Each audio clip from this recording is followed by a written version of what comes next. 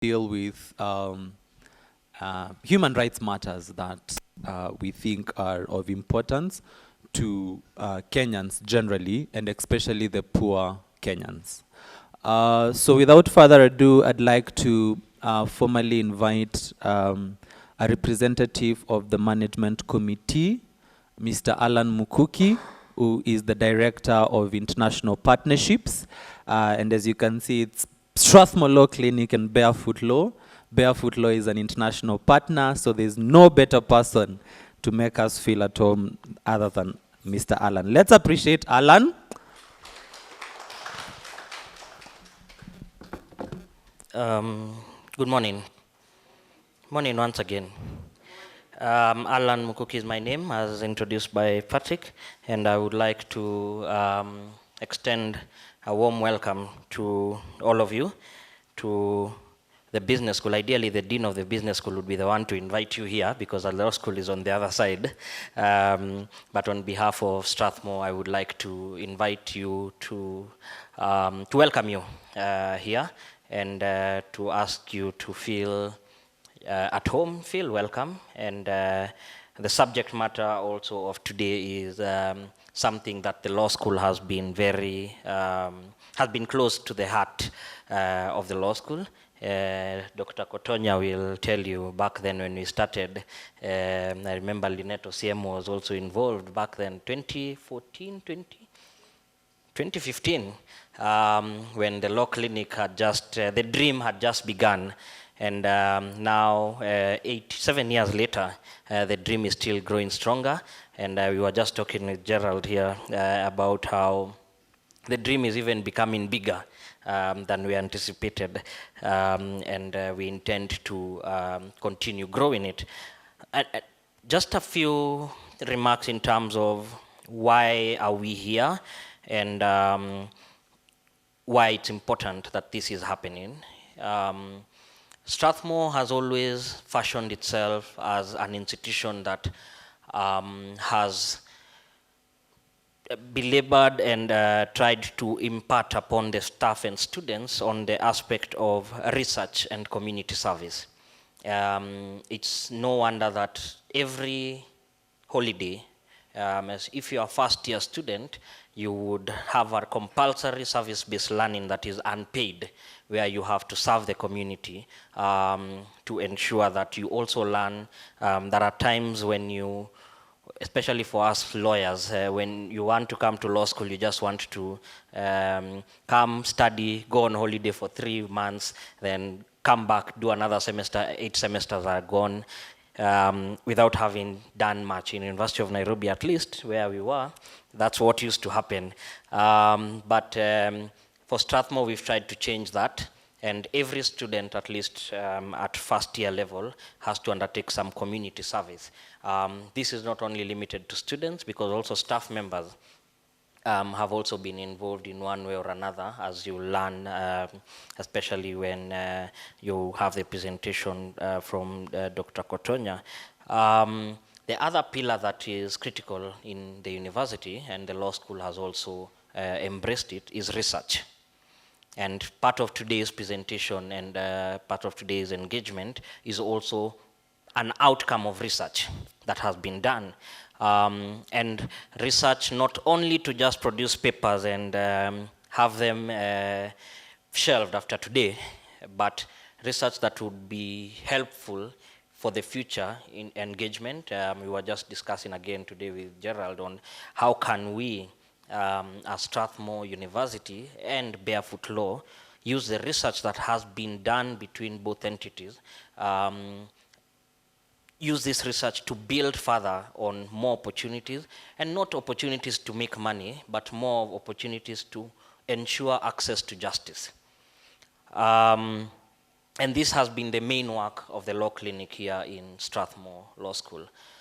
Since 2015, the law clinic has been critical and has played a major role in ensuring that we do not only develop students who have just attended lectures for 3 hours every morning to evening and gone back home, but have another angle where after class you're able to use the skills that you have gained as a student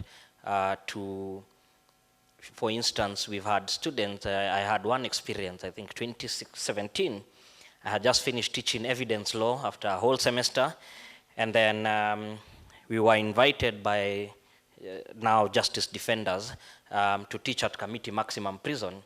And when we went to teach, I took my students to Committee Maximum Prison for a moot competition. I had taught them evidence law for 90 hours in one semester, and shock on us, Committee Maximum Prison actually beat us in that moot competition. And my students were actually the teachers of these prisoners because I had taught them. Then I had offered them the tools to teach and read, so then they can offer that to the prisoners, right? And it's a project since then that we have been involved in. We are now, through the law clinic and through justice defenders, teaching law in several prisons in this country. We are also conducting trainings. Now we've just started a paralegal training this October, virtually to prisons in this country as well. So as you can see, our students are not just studying, and the clinic is also not just only involved in developing reports, but also using the information and skills that they get to also impact the society in different ways. And what you'll learn, apart from Patrick, who's not a student, the rest of the staff members, the rest of the people in the clinic is student-led, student-run. We as advocates and lecturers offer them the guidance, offer them the expertise, offer them our certificate of practice so that we can now use this to impact the society in one way or another. And I think that's something that would be commendable. The clinic work in this country has not been something to write home about before. But since the advent of the National Legal Aid Service Act, you find that now we've started occupying a space that has not been occupied before in this country. And that's something to commend, not only Strathmore, because other law schools have also started developing their own law clinics, because in the end, we as Strathmore alone cannot ensure justice is given, but if all law students in the country are involved in such an initiative where they do not expect pay, pro bono in nature, then we tend to create a better society for us, people who are able to use the law for a longer term benefit. Lastly, when I met Gerard through Professor Franceschi, who was the dean then, now the current Assistant Secretary General of the Commonwealth, the plan, Professor Franceschi said, here is BarefootLaw. They are doing some interesting work in Uganda. You talk to them, then we'll figure out how to develop this partnership. And that was the beginning of a beautiful relationship between our institutions, Strathmore University and BarefootLaw, where part of today's submission will be as a result of that partnership. We have internship opportunities between the two organizations. We have several engagements that we undertake between BarefootLaw and Strathmore Law School.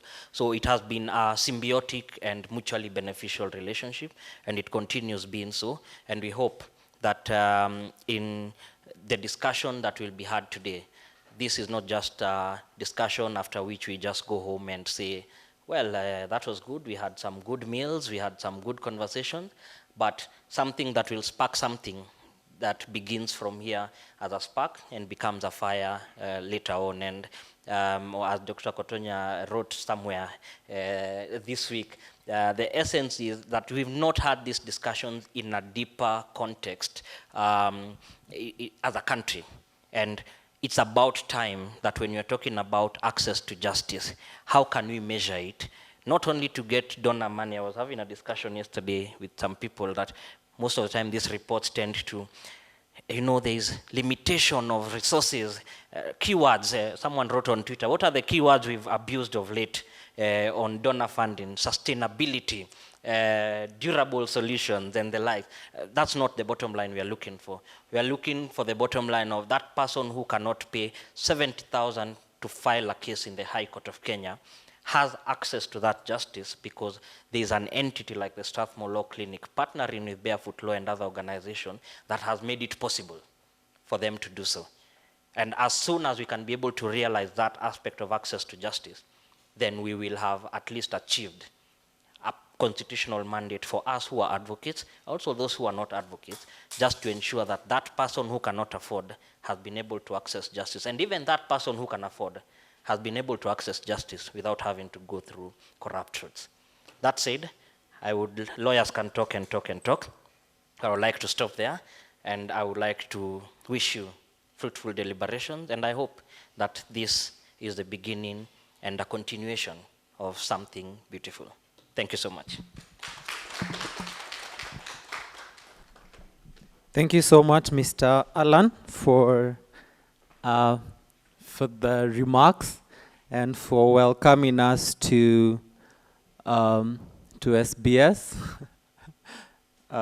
Yes, next time we'll get the dean of the business school to formally invite us. But Alan does the part, being our international partnerships director. Okay, so then, like I said, the poster reads, just before I do that, our very own Dr. Kotonya wrote an article the day before yesterday of how Kenyans can benefit from law clinics. It's an interesting read. Please look at it. Of course, after this session, yes, just look at it and see how you could plug in. Because a lot of us here are students, but also how you could contribute and learn, okay? Because that's the whole point. Please let me invite Mr. Michael Kwizera, who will be represented by Mr. Timothy Karuku of Barefoot Law. Karibu sana, Mr. Anthony. Timothy. Please let's appreciate Timothy. Thank you very much, Patrick. Yes, I'm standing here on behalf of Michael, who wasn't able to join us today, but great thanks to him, I think, needs to be extended because working together with Patrick, they were able to put this event together and have it occur. So I want to give a brief background into this project. My colleague Gerald will give a background into what Barefoot Law is and what it does. And I think for the students among us, it would be something very interesting to hear and learn. And also maybe there are opportunities, as has already been hinted at. So I'll go into the project. You'll have to wait a bit more for the introduction to Barefoot Law. Now, I think as all or most of us here are aware, for a very long time, most of the information about Africa, about Africans, has been gathered, sorted, analyzed, and explained by foreigners, right? For those in the law school here, I think a vast majority of the books you may be using, well, let me speak for me, because it may be different here, but at least in Uganda, probably 90 to 95% of the textbooks that we had were from the UK. The law dictionary that we used Black's Law Dictionary. I don't know if this is what is used here. We used, okay, so we have similar things, right? So we have always been aware of this, painfully aware of it, and we have always wanted the opportunity to do the research ourselves, right? To do the learning ourselves as people who live in these countries, as people who understand the languages, speak the languages, really are from here. And so when we got the opportunity, we thought it was marvelous to get an opportunity to do a study in access to justice in Eastern Africa, and to do it as yourself without, any third party, maybe from the US or from the UK hovering over you. It was a wonderful one, and so we reached out to like-minded individuals, of who we found quite a few, and today you'll hear from some of them. You already know about Strathmore, but there's also Tanzania, where we got some really interesting colleagues who worked on the research there, represented by Dr. Frank, who will give you a small brief about what we found out. Malawi, where we found a very inspiring organization, I would say, and you will hear quite a bit about the research they did and what they found. And when we put this information together, together with also what you will hear from Kenya, which will be presented by Dr. Ann, we find that we are given a bit more of a perspective of what it is like for people to access justice, but then we also find that we are able to interpret the information we learn so that we can come up with solutions.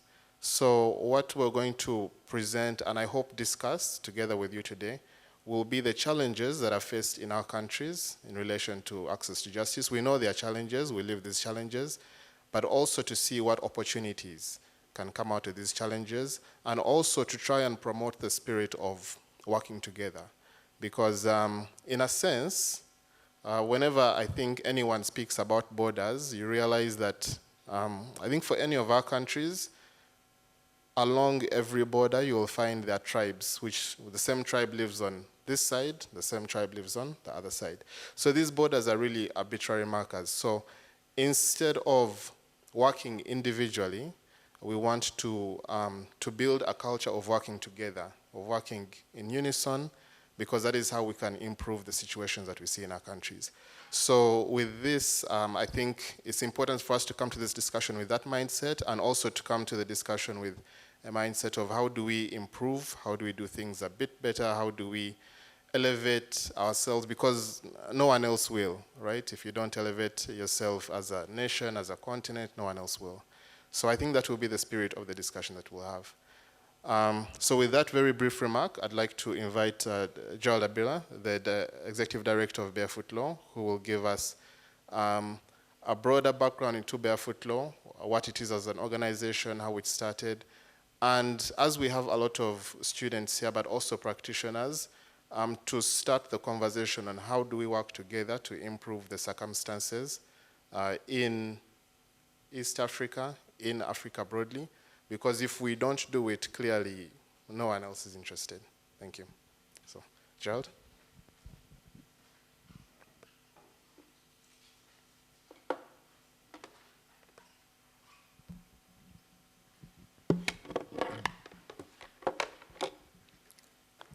Thank you, Tim, for the remarks. Thank you, where is he? Yeah, Patrick and Alan for those kind words. It feels so good to be back here. I remember the first time I came to Strathmore, the first time I came to Kenya after about 20 years, was to this room for a conference in 2015. And yeah, myself, Timothy here, we took an overnight bus for that. That was, I think, the first overnight bus we took to make this happen.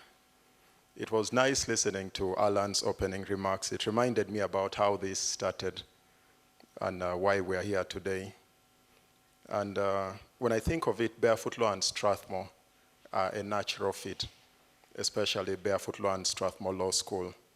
We both started about 10 years ago. Strathmore Law, especially with Professor Lewis, was interested in reforming the law, you know, giving a new way of teaching the law. And so the philosophy, when I talked to Lewis, was to try and modernize the law, bring a new way of legal thinking through education. So when I think of Strathmore, it's legal innovation through legal education, while Barefoot Law was legal innovation through legal practice. One of our earliest supporters when we started in 2012 was Lewis, but he never got in touch. So Barefoot Law started as an SMS platform and then a Facebook platform in Uganda in 2012. I was still a law student, like so many of you here. So it was a try and failure. There were more failures than trials that we did. And for some reason, I don't know how he found out about it, but Lewis found out about Barefoot Law in 2012. And he kept following it, but he was intrigued and he didn't reach out. And I think about 5 years later, 2016, 2017, he reached out. And he's like, you know what, I've been following you guys since 2012, and I think you and Strathmore are a natural fit. It's time we got in touch. And that's how he reached out. And that's the time we took our second overnight bus to come and talk to Lewis about a potential partnership between Strathmore and BarefootLaw. That was, I think, in 2016. And yeah, I was myself, Michael, who is not here unfortunately, and Tim. And we had our first meeting at the Strathmore Law School. When I entered that law school, I was, and you'll pardon my French, but maybe I'll use an, it was a jaw drop for me. I was with the WTF words. I was like, this exists just across the border? I've moved to so many law schools, so all over the world, but I'd never seen anything like the Strathmore Law School. It was so shocking that I didn't even know about it until the first time I was here. And I told him, look here, this is a natural fit. It feels like coming home. We are here, and we are not going anywhere. And that's when he told Alan, yeah, this guy is doing interesting stuff in Uganda, figure something out. And I remember he was in a rush, so we sat down with Alan and we figured something out. This is just part of what we figured out. And it's good to see what it has become, but it's also better to see where it's probably heading in future. And I very much look forward to that. The most beautiful thing for me with this partnership is it's one of those. It's not one of those that Tim hinted to. This is a partnership that is, for me, a south-to-south partnership. It's an international partnership between organizations in Africa tackling African problems. It's not one of those partnerships that a solution or a problem is identified and imposed. It's a global south-to-south partnership, and we're interested in making things better for us and for our people. And I'm sure there are lessons here that the world can learn, starting, of course, with you as students. You're the ambassadors of this into the future. A lot of that future, many of us will not be part of. But these are the sort of partnerships you guys should come up with, south-to-south partnerships that are going to change Africa's trajectory in future, no matter the sector in which you hope to practice, no matter the sector in which you hope to specialize. And I'm sure this will happen to the wildest dreams that we expect it to go to. But enough of that philosophy. What is BarefootLaw? Our philosophy at BarefootLaw is that if you make the law readily available, then people will use it to prevent disputes from arising. But where disputes arise, they will use the same law to resolve it. And chances are that these will be resolved peacefully. And if they are resolved peacefully, then we have less conflict. If we have less conflict, then our societies and communities will thrive. And technology now makes that a reality. If there's one thing you should take away from my talk today, it's this. With the role that technology plays, each of us here is now a potential superhero. The Superman that you saw, depending on when you were born, I think the Ninjagos that you're seeing today, for those that were born yesterday, the Superman that you saw, we all have those abilities now with technology, more so when it comes to using it to making the law readily available. And BarefootLaw has demonstrated that, and we're interested in sharing all this knowledge. Our goal is to reach 50 million people across Africa by 2030, and we've started. For us, next year is go big or go home.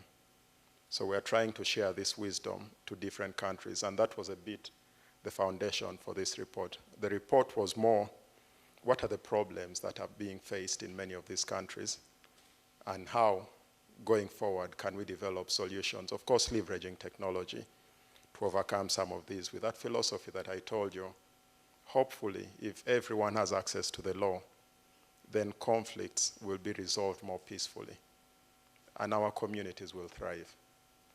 Each of us as a lawyer is an agent of peace, and with the gadgets that you have, you're a superhero to make this a reality. We're not back in the day anymore where you had to be a lawyer, open up an office, get a typewriter and start doing things. I think I was serving about 100 or 200 people with one iPhone as a law student. in my part-time. And now we're almost reaching 1 million, or we've exceeded 1 million. And our goal is to reach 50 million. Why 50 million, you'll ask? We believe 50 million is a tipping point. If we make the law ubiquitous for 50 million Africans or 50 million people across Africa by 2030, maybe it will start a movement that will lead towards using the law to resolve disputes. And hopefully it will lead to peace in the long term.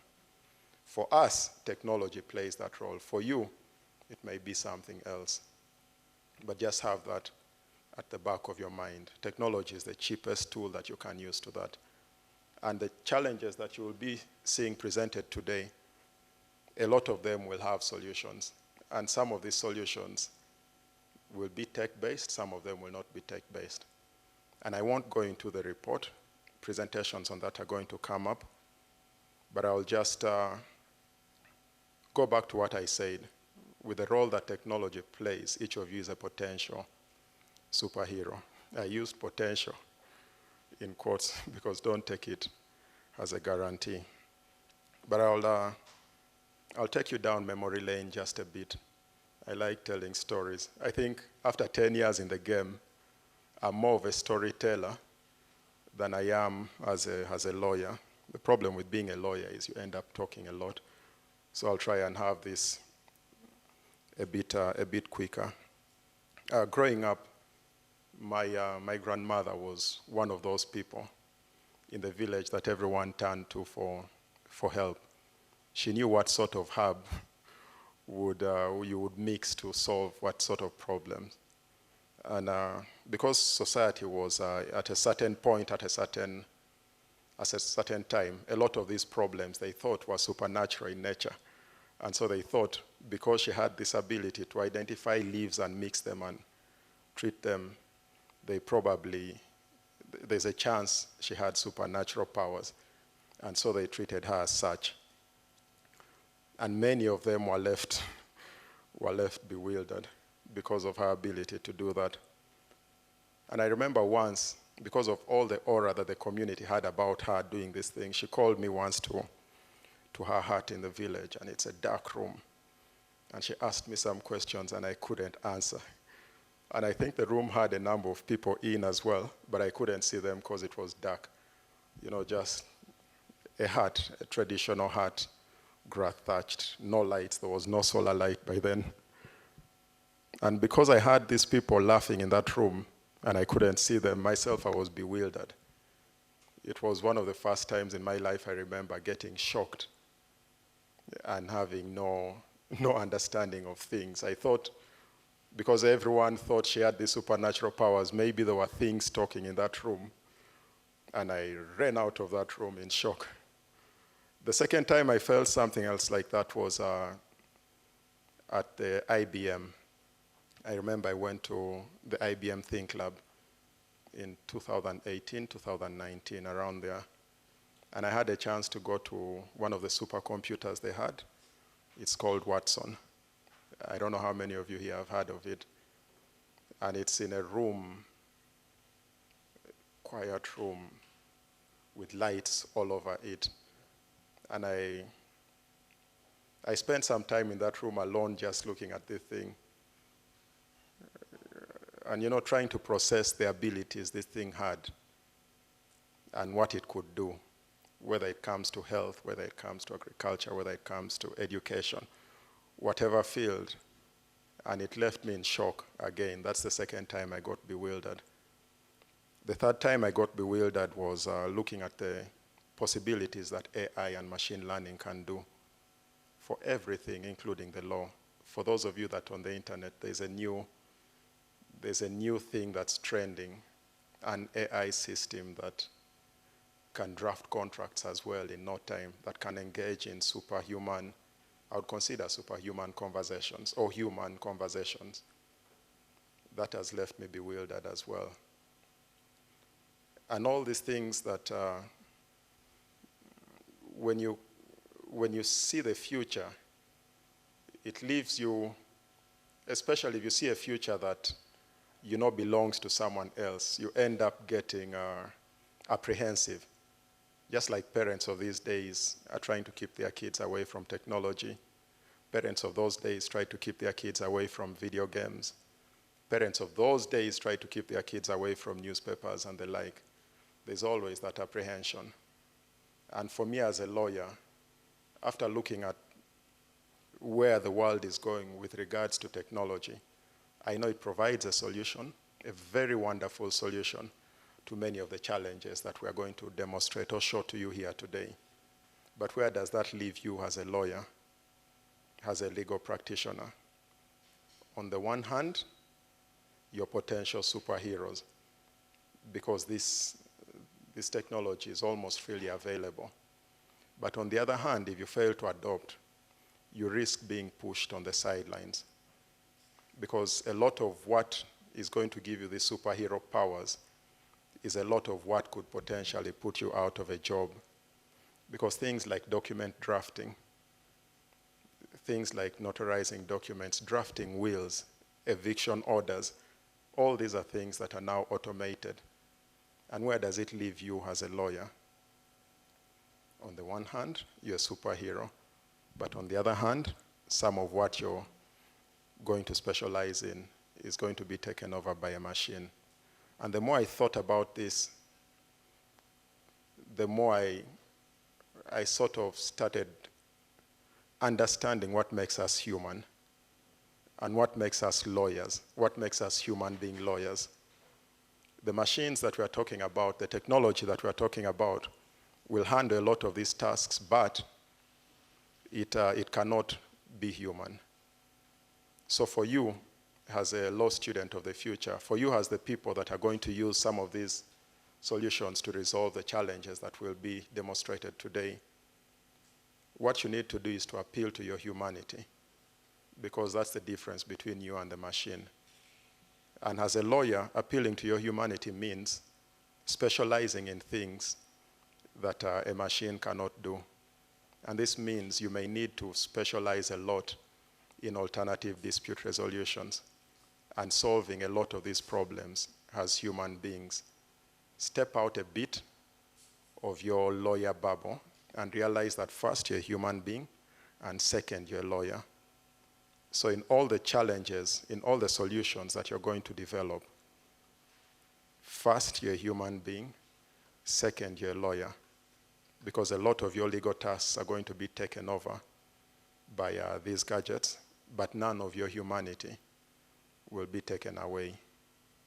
And of course, and that's the beauty with global south-to-south collaborations again. When I talk humanity, you all understand. It's that Ubuntu in us. When I talk humanity outside, it's a bit difficult to even elaborate the concept.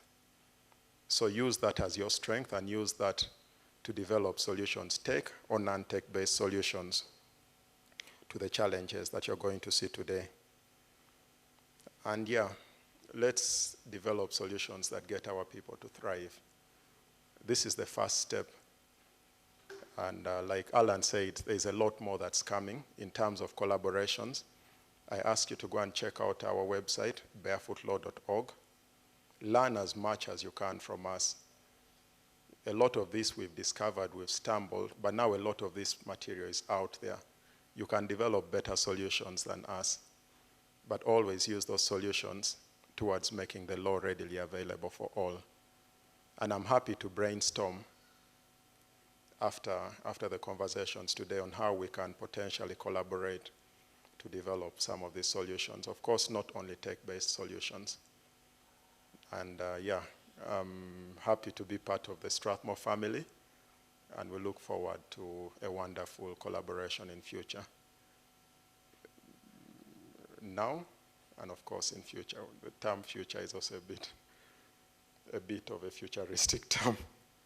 That's just a joke anyway. So yeah, I look forward to a wonderful deliberation, and I thank you all, and yeah, that's it from me.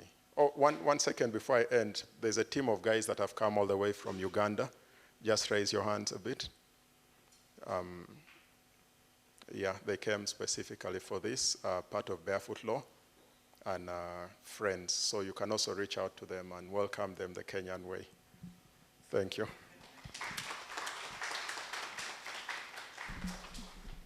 Thank you so much, Gerald. Okay.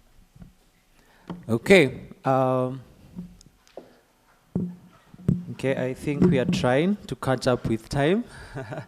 We'll get there, we'll get there. It's almost tea time also. For those of us who didn't get an opportunity to take tea in the morning, we'll be breaking for tea break in a few minutes. But before we do that, I just want to mention something that Barefoot Law hasn't mentioned about this research. So how it happened, Barefoot Law had sent a call for researchers. And this would have been a competition of all organizations in the country. And of course, the clinic would have competed favorably. But the discussion came. We are already working with the Strathmore Law School. And you guys are, the main aim of your work is to foster access to justice. Why can't we just, as it were, tap into that? We'll achieve our objective, and I believe we have, and that's why we are here. But before we break for tea, I'd like to invite our very own Dr. Kotonya. Some of us in this room may have met Dr. Kotonya. Some of us in this room are being supervised in their dissertations by Dr. Kotonya. Amen? Yes. Some of you will be supervised in your dissertations by Dr. Kotonya. She's a wonderful lecturer. So she has a PhD in law from the University of Witwatersrand in South Africa, and an LLB and an LLM from the University of Nairobi. She teaches here at the law school, labor law and financial services law. Our research interests are in access to justice, clinical education, and labor law. And I believe this is one of them, okay? She's one who, I would say the clinic was our child, and she's seen it grow. She's always supported us, and we are always very grateful. In fact, she has graciously offered to be our research consultant for every project that we do, and we are extremely grateful, Daktari.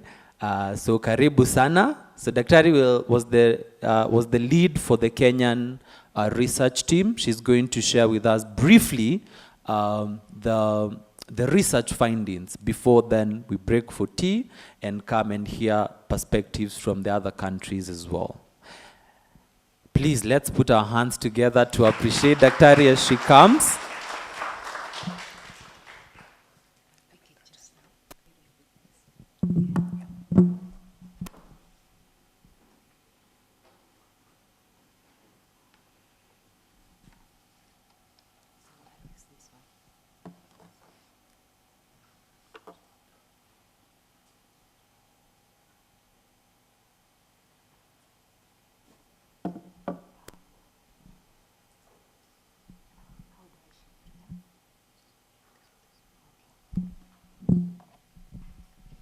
Thank you very much, Nzomo, for that kind introduction. I was a bit worried when Nzomo talked about tea, and then alongside that tea, he invites me to the stage. So I was wondering whether I'm here to invite you to the tea or to compete with the tea. And I fear that I am competing with the tea. But worry not, I have only 15 slides, and the first 2 are pictures. So the tea is ready for us, but please give me your ears. Lend me your ears for the next 15 to 20 minutes. Thank you. So I'm very excited to stand in front of you. I am Anne Kotonya, and I may have met some of you online. I think we have met online, majority of the people whom we have met before. Some are meeting for the first time, others you've communicated by email, especially the Barefoot Law Group and our visitors from Uganda. So please, I reinforce the welcome you have received, and I'm very happy to stand before you and share this report. So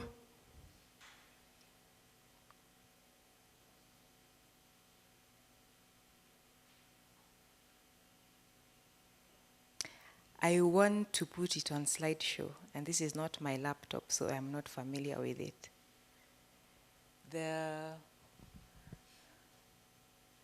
Okay, I need someone to just put it on presenter view. Now, behind this report that you see here are very many people. Although I stand here alone, and now with him, there are many people involved in the preparation of this report, and I'm very grateful to them. We acknowledge them individually in the written report, but now I can acknowledge them in summary. We had BarefootLaw, we had the Strathmore Law Management, then we also had many students, members of the clinic, and then a number of Strathmore University law students who are volunteers of the clinic. They were aligned to the project, and because of their humanity, they agreed to work with us to bring the project to fruition. You have already had a number of backgrounds, and this is yet another, that the report that we did was, we had in mind the idea to develop projects. Both institutions want to work in alleviating and promoting access to justice. And to be able to work in that project, we need to know what we are dealing with. We need to know the magnitude of the problem. So our common interest in access to justice requires us then to have an idea of the kind of recommendations we want to make, the kind of projects we want to work in. So we had in mind, even if we went ahead with the project, we had in mind the idea to develop specific projects both for BarefootLaw and also for the law clinic. So whenever we talked to people, we introduced this context to them, that why we are talking to you is because we belong to a university, we have a law clinic, explain what the clinic is. You often go to medical clinics to alleviate your medical issues. But many of you have legal problems and you don't know what to do with them. So as law students, the students introduced that and explained that for us to develop programs and projects in our clinic, and for BarefootLaw to do the same, we need to know what your experiences are. And therefore, we talked with volunteers who are interested in giving us that kind of information. So the idea was not an in-depth study because you can't conduct that in the duration in which we did, March to June 2002. The idea was an exploratory study, just to shed light onto the nature of the problem and the scope of the problem that we are dealing with. And that is the problem of lack of access to justice. So our questions, our discussions, our activities were organized around asking people about their experiences, their perceptions, their attitudes about access to justice, and then the obstacles that they were facing when they attempted to resolve their disputes with the available justice system in the country. So then we took a three-pronged approach. We looked at justice institutions, the various stakeholders, entities that would be interested in promoting access to justice. Then we also looked at service providers, NGOs, for instance, who are actively involved in access to justice projects, and more so those ones who are already working with our law clinic. We work in different projects. Justice Defenders has been mentioned so far. Then other entities also who often partner with us in different projects. So we invited them to our school and had a roundtable discussion. And we also worked with all the universities who have law clinics and who responded to our invite to come and have that stakeholder discussion, to come and have the roundtable session. And then there we were able to hear from them what their experiences have been, what their challenges have been, and their future plans. And also, we shared our own experiences. I shared with them the research I had done on my PhD, which was on clinical legal education. So the nexus between clinical legal education and access to justice. How can university law clinics work to be able to promote social justice in the country? So it was a three-pronged approach then. Talking to these institutions and talking to the various stakeholders, and ultimately going out, the students went out to their various neighborhoods. We focused mostly on 2 counties, Nairobi, where the university is based, and then we also focused on Kisumu, because at that time I was domiciled there, as I still am, and so I was able to reach out to our students who were there, who lived there, and who had relatives there, or had people they would interact with, and therefore they could engage with them, tell them about the clinic, and ask them about their experiences with the law. So that was the methodology that we utilized. We, of course, began with a review of literature. What has been done so far? And here we noted that there are reports, yes. A number of them were around 2010, when our constitution had just been promulgated. Then, of course, there's a phenomenon that took place globally, the global pandemic, which really impacted access to justice. So we didn't find reports that addressed the access to justice around that time. So that indicated that we needed actually to talk to people about their experiences. The literature review was still helpful because we were able to access, for instance, the regular state of justice issued by the judiciary's annual report on the state of justice and the administration of justice in the country. Our roundtable discussion, which I have already talked about, yielded a report which we then also benefited from in providing feedback for the questions that we had set on defining the scope of, the nature and scope of the problem of access to justice. What did we find? Now, before going into my findings, I think it would be interesting for me to share this information that I had said that we focused mostly on Kisumu and Nairobi, those 2 counties. However, the counties in Kenya are really in close proximity. So you have people who live in Nairobi, but who work in Nairobi, but they live in Kajiado, they live in Machakos, they live in Murang'a. So that is why you find a distribution of other counties as well. And then Kisumu and Siaya are pretty close to each other. So the same phenomenon was experienced. You meet people in Kisumu who live in Siaya. Although we also had a student who was based in Siaya, and therefore he was able to interact with the community there and give us feedback. So we had 915 responses.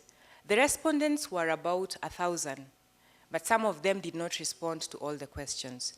So this is the distribution of the respondents that we had by county, even if our main focus was actually Kisumu and Nairobi. Then in terms of the legal issues they raised, we realized it's important for us to indicate the gender of the persons who were talking to, the participants and the respondents. So they were more or less half and half. We had 50%, 51% being male and 48% being female.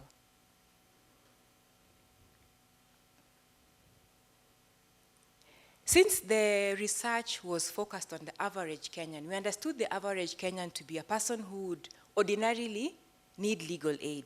So not a person who would afford to go to court and pay off their lawyers. So we talked to the people selling things on the streets, the ones you'd meet in the matatu, in the boda boda, in public transport.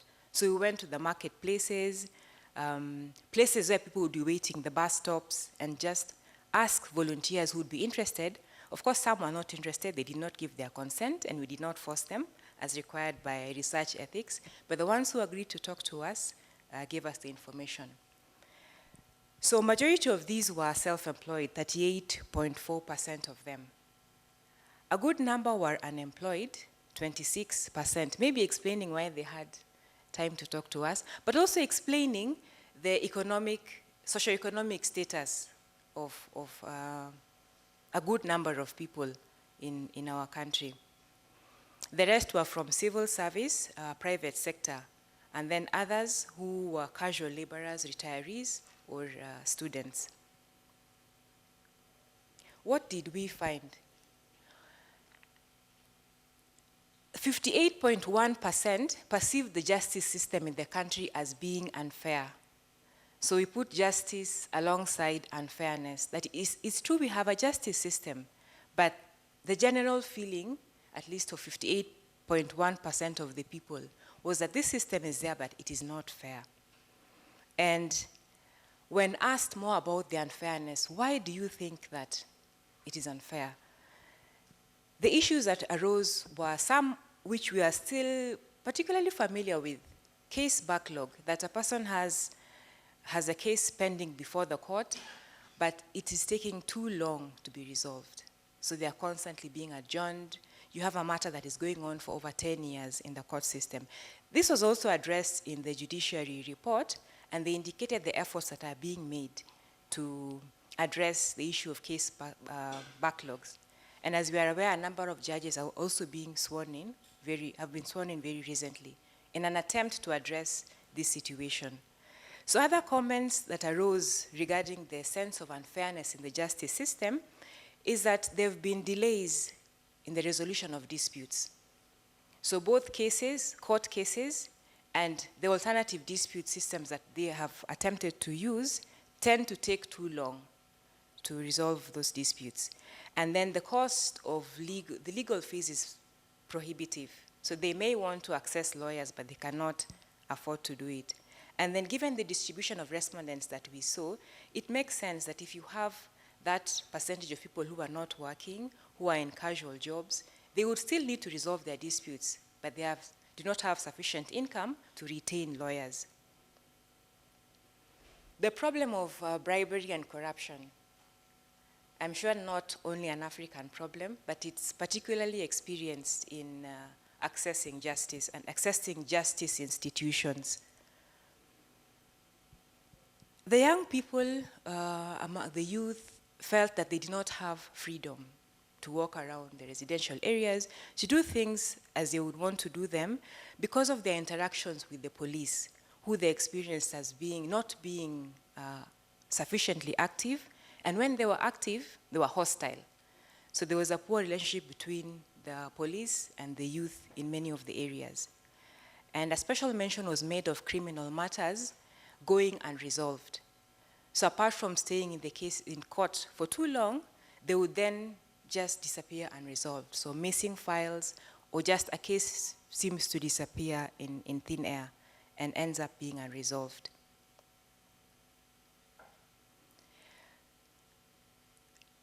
Our two institutions, BarefootLaw and the Law Clinic, aim to share legal information. And we talked with the people about their perceptions and their access to information, because one of the ways in which the problem of access to justice can be resolved is by providing information. So our findings here, the common percentage in terms of understanding of legal information was around 22%. It ranged from 21 to 22%.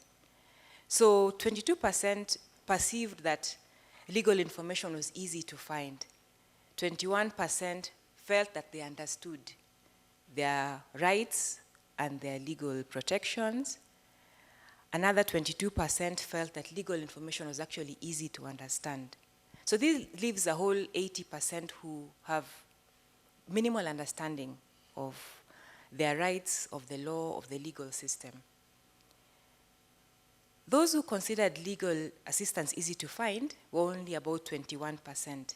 And the same percentage expressed satisfaction with the legal processes.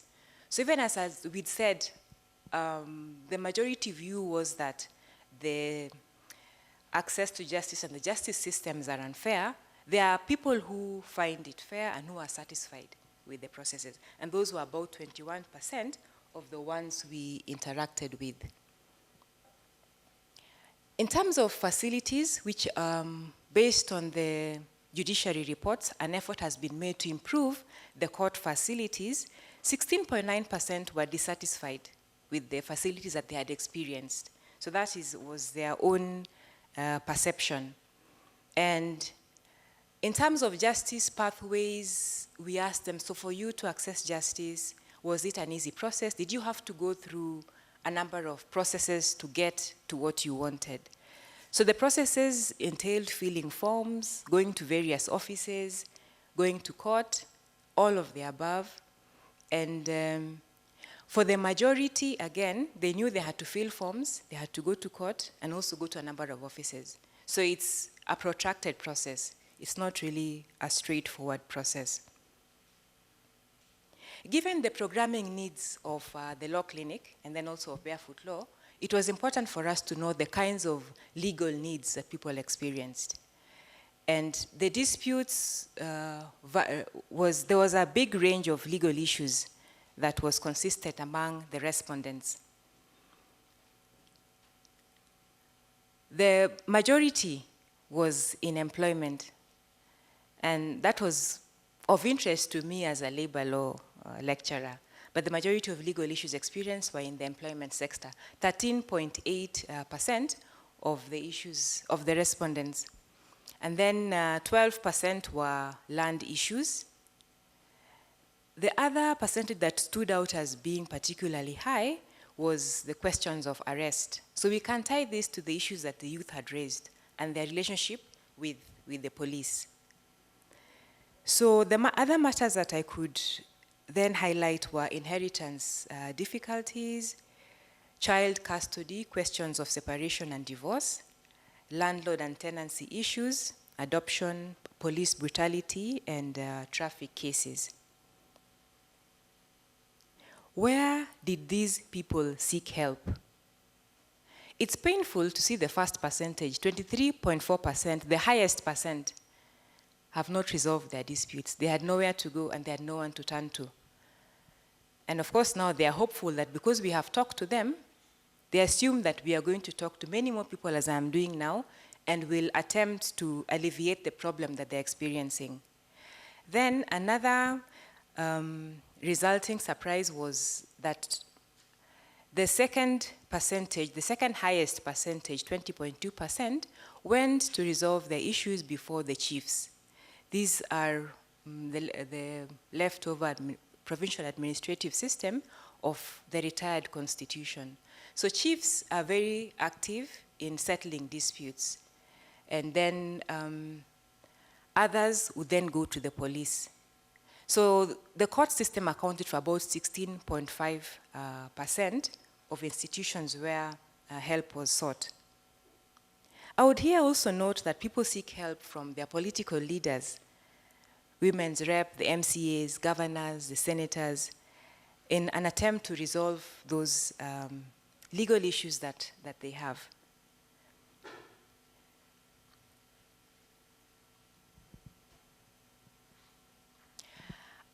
Our discussions with the service providers indicated that they are very open to having more institutions participate in the access to justice endeavor, and they really emphasize that it was good that our government is now establishing itself in complying with, in implementing the Legal Aid Act of 2013, although that process has been pretty slow. So in summary, our findings were that access to justice is still a problem, and so we have work ahead of us. Stakeholder organizations and service providers are open to new entrants, and so as long as the government is fulfilling its mandate, there's room for all of us to contribute to access to justice in this country.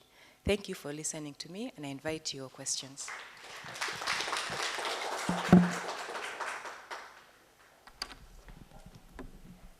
Thank you, Daktari. Please let's give Daktari another round of applause.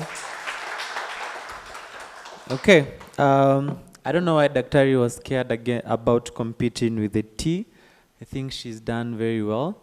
But now, seeing as she's been able to do that, and we'll be coming to the panel and later to a plenary, I think we'll take the T first. Then Timothy will help moderate the panel. And after that, we can have questions. So if you have questions for Daktari, we can park it until the plenary session. It's now 10:39.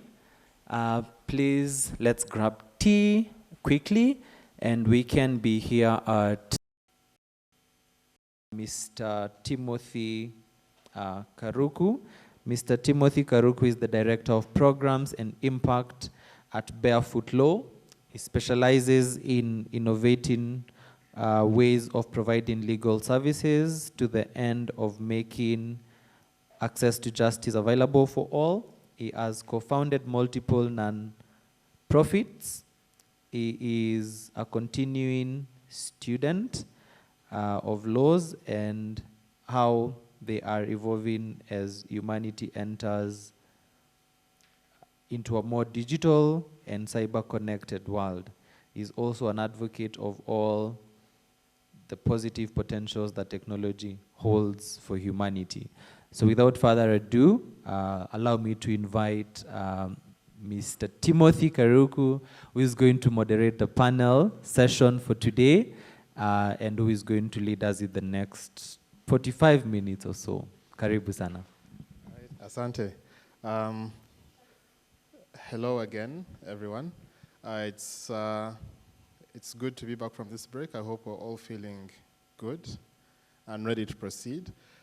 So this is a very distinguished panel. It's comprised of the people who led the study from the 3 countries that we worked with, as earlier mentioned. So Dr. Anne, who has already given her presentation in Kenya, Sarai from Gender Justice Unit in Malawi, and Frank from Tanzania, who was the lead researcher there with a team of 2 other co-researchers. So we want to get into a discussion to see, to get an understanding of what the findings are from each country, right? But we've already heard from Kenya, we haven't heard from Malawi or Tanzania. So I'd like to allow Dr. Frank to make a quick presentation of what findings they had in Tanzania, and then we'll get into questions after him and Sarai have presented. You can present sitting, you can come and stand, it's up to you. So, welcome. Let's welcome him with a hand clap.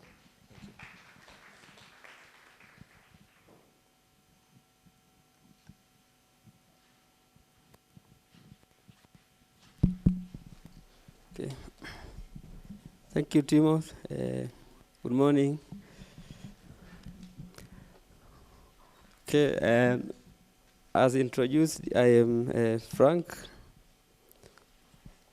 I teach law at Mzumbe University. It is one of the public universities in Tanzania. But I also practice as an advocate.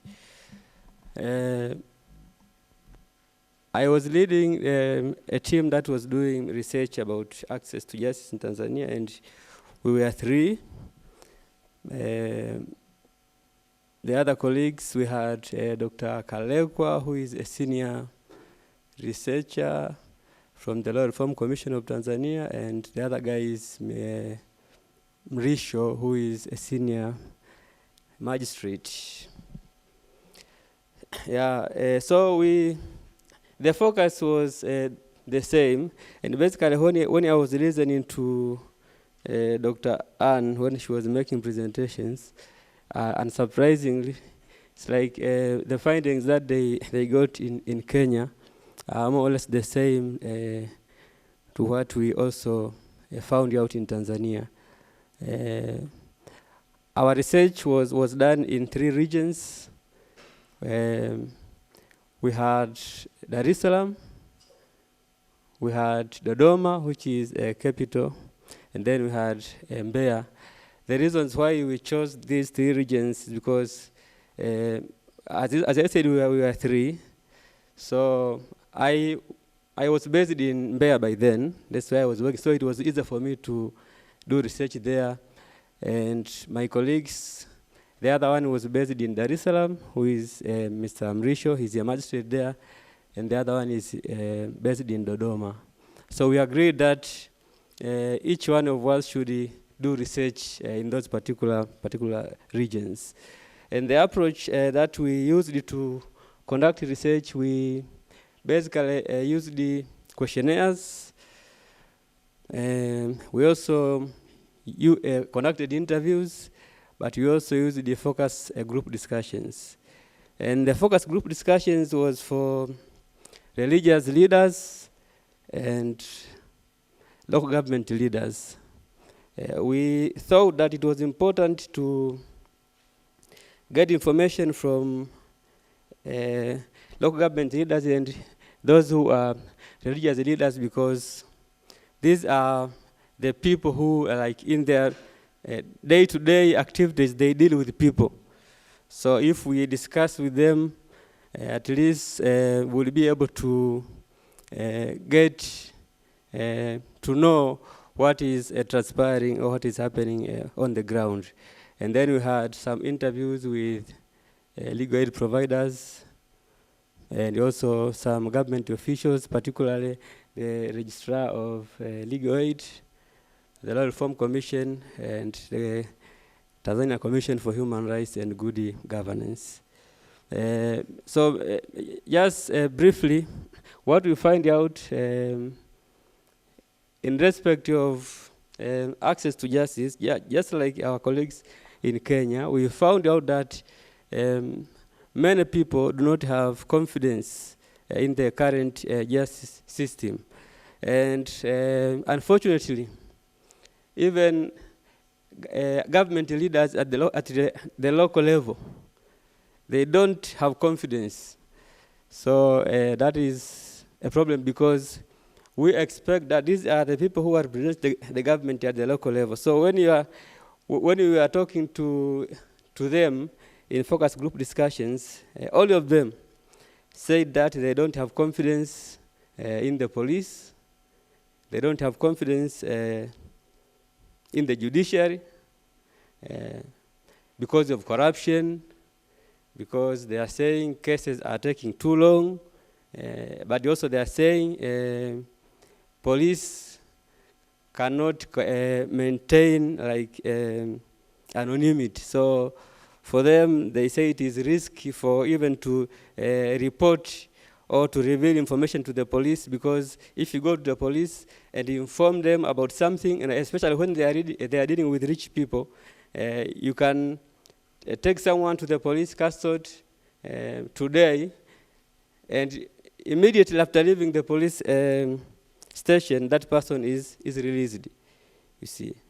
So they don't have confidence in that. But we also saw that most citizens, they rely on informal justice system for obvious reasons, as I said, because they don't have confidence with the current system of justice which is obtained in Tanzania. So they further, they would rather resort to pastors, imams. Many of them go to cell leaders, they go to street chairpersons and executive officers, you see. So we saw that these pastors and other religious leaders, they solve a lot of disputes. So as a result, you see only a few disputes go to courts. And of course, there are those disputes which are reported, or they are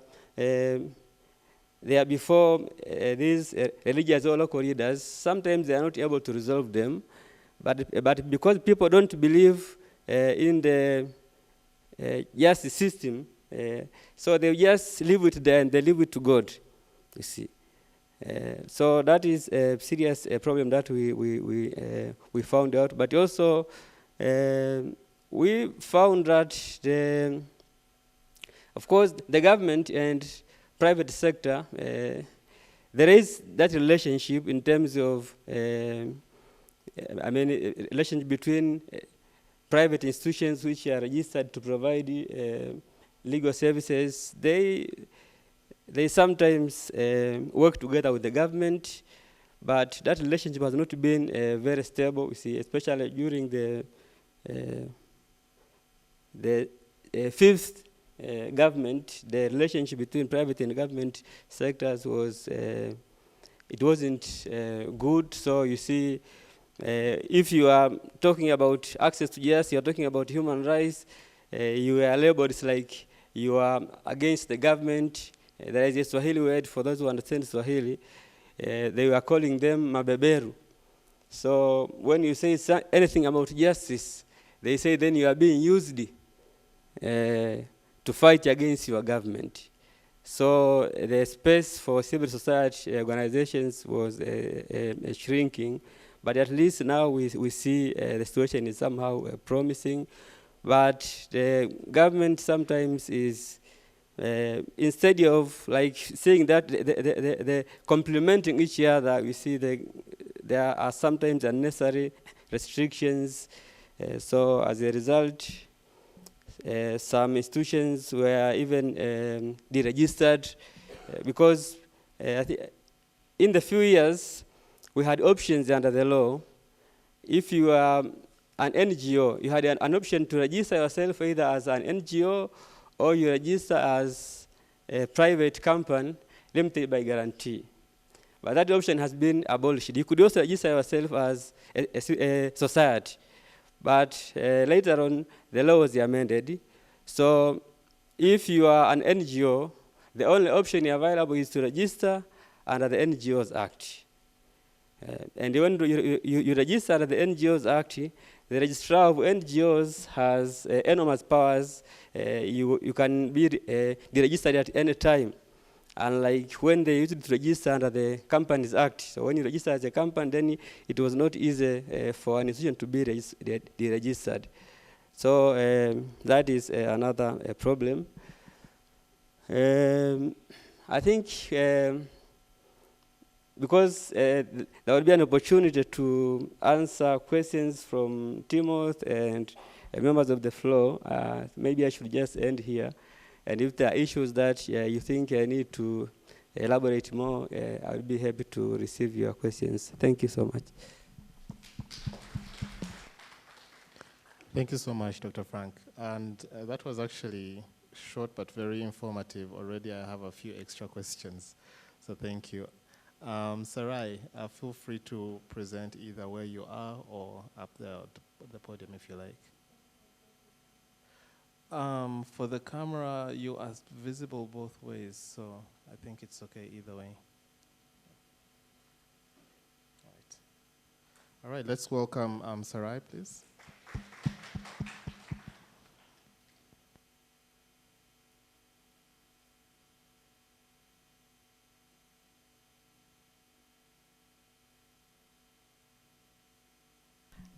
I want to start by thanking colleagues from BarefootLaw and, of course, Strathmore Law Clinic for this opportunity to participate in what I think is a really innovative approach. Oftentimes, when we talk about networking, we think of networking up, but this is an example of networking across the region, across the space, and as somebody who leads an organization that's dedicated to knowledge production from women, about women, it means a great deal to me to be a part of this. So just quickly about myself. My name is Sarai Chisala Tempelhoff. Originally a lawyer. Now, I don't know what I would call myself. Almost a traveling salesman, I suppose, of the law. Something not quite, an activist, I suppose would be the right word. I founded an organization called the Gender and Justice Unit. And the main idea behind it is legal empowerment. The idea that the law shouldn't be something that only those who are privileged can have access to and to know. So taking the law, making it accessible, and putting it in the hands of those who need it the most. I think something along the lines of what the Law Clinic here and what BarefootLaw has also been talking about. But our focus is mainly on women's issues. And I think immediately from when Dr. Kotonia started her presentation, and even from Alan's introduction to what the Law Clinic does, I was already reminded of how gendered the law is. So in terms of access to justice, there is still a gender component that can never be ignored. The Law Clinic talked about, for example, how they really assist people who are in prisons and who have criminal justice issues. But our finding at the Gender and Justice Unit is that most justice issues when it comes to women are actually civil justice issues. Maintenance, property distribution, disinheritance, land disputes. A lot actually of what was shared on the slides by Dr. Kotonia as well. So yes, maybe arrests will come into it, but not very often for women. For women, it's about, how do I find this man who's run away from me and my family and is no longer supporting my children? Again, there's those employment issues that also come in. Anyways, the research in Malawi took a little bit of a different approach. For one thing, we're a very small organization, so we chose to focus on our existing communities or catchment area, which is in and around Lilongwe, the capital city of Malawi. They're peri-urban and urban slum areas. And we spoke to not a large group of people, but the approach was qualitative. So we decided that we wanted to hear stories of people's perspectives of access to justice. The main themes for us was understandings of what justice means. And just outside, I asked colleagues, what is the word for justice in the vernacular? What does justice translate as in the vernacular? And that was the beginning challenge for us in our study, because different people have different understandings of justice. And even when you translate it and explain it, you already give a perspective of what justice is meant to be. And then we wanted to find out about people's awareness of rights and legal protections, and their awareness of legal information and the support sources that there are. When it came to understanding justice, we have an agreed upon term, or at least one that's been accepted, and one that's used mainly by the donors as well, which is chilungamo. And it has, as many of our vernacular words do, different meanings in different contexts. But more or less, it contains elements of truth, fairness, rights. So it means different things for different people. In essence, it was understood to mean seeking truth, or being granted an audience. So justice was being granted an audience. Not even what came out of that process, but being heard, being seen. So during our focus group discussions, which was the main approach that we used, we went beyond considering the justice system alone. So even though this was a study about access to justice, which automatically makes you think of the justice system, and that then leads you to the very formal justice mechanisms, in our focus group discussions, we went beyond just those systems to seeking justice through healthcare or developmental problems that exist in our communities. For example, for a lot of women, the lack of nursery schools, or the lack of places for their teens to be actively engaged in their societies.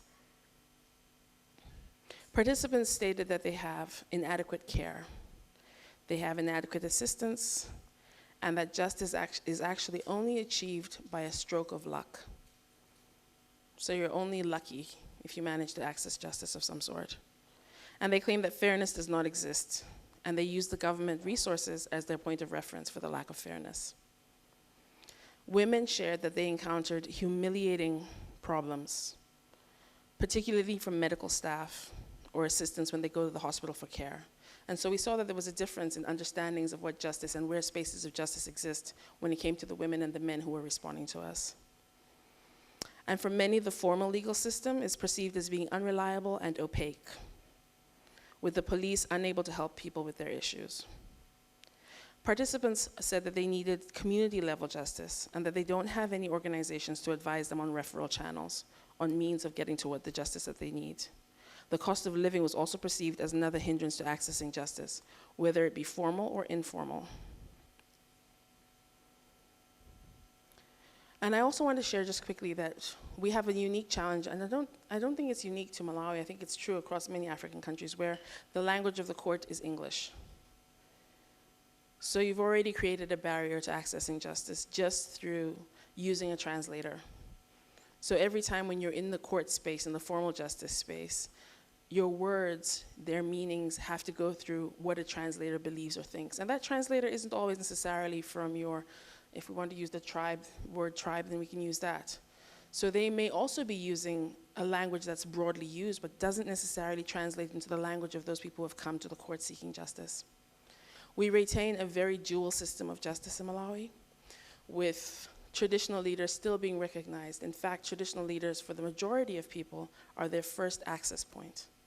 And so it was, again, interesting for me to see in the study from Kenya, and also from what Dr. Frank has shared, that these informal mechanisms remain very, very high in people's reckoning of where justice is.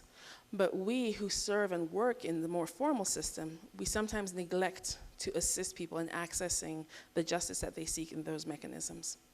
And again, going back to women in Malawi and the communities that I serve, even the informal is expensive.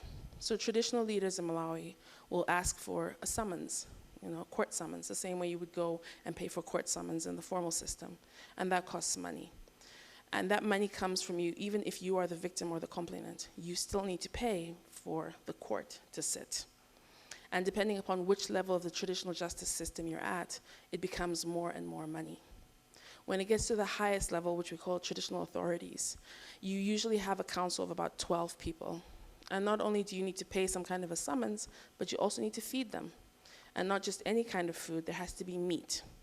There has to be meat and good beverages, which usually means beer. Now, for a community member who you hardly ever eat meat in a year, how will you afford to provide a good meal, you as the victim, you as a complainant, you who's coming there with a challenge, a good meal for this court to sit and decide, for the audience, for the opportunity to be seen and to be heard? And so just like with just Dr. Kotonya's study, for most people, they go nowhere because it's just not worth it. Because it costs you less just to continue and to live with the challenges that you have than to try and access opaque, inaccessible, expensive, or corrupt systems. We do have police, community victim support units, traditional leaders, and these are all of those who are identified by community members as being sources of justice service providers. One thing that came out very clearly in the study, though, is that children are not protected against violence in their homes. So we're still maintaining that significant divide between the private and the public space, and family matters, and the hiding of violence that children experience every day. So whilst we have normalized violence against women, we have also normalized violence against children. So those incidences go unreported. Women, we say, have been culturally sensitized to put up with violence in their homes, and they will go to close friends as their advocates, or they'll go to traditional leaders, or potentially they'll go to marriage or family advocates, or religious leaders.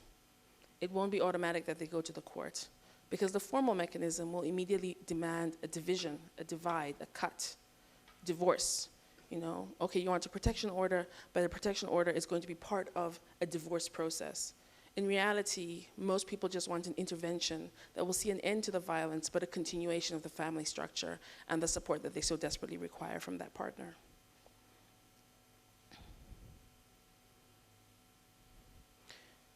The majority of our justice service providers, because we did also speak to service providers, believe that the government does have a good control over its citizenry, and that there is a possibility to execute developmental, health, security, education activity in the communities.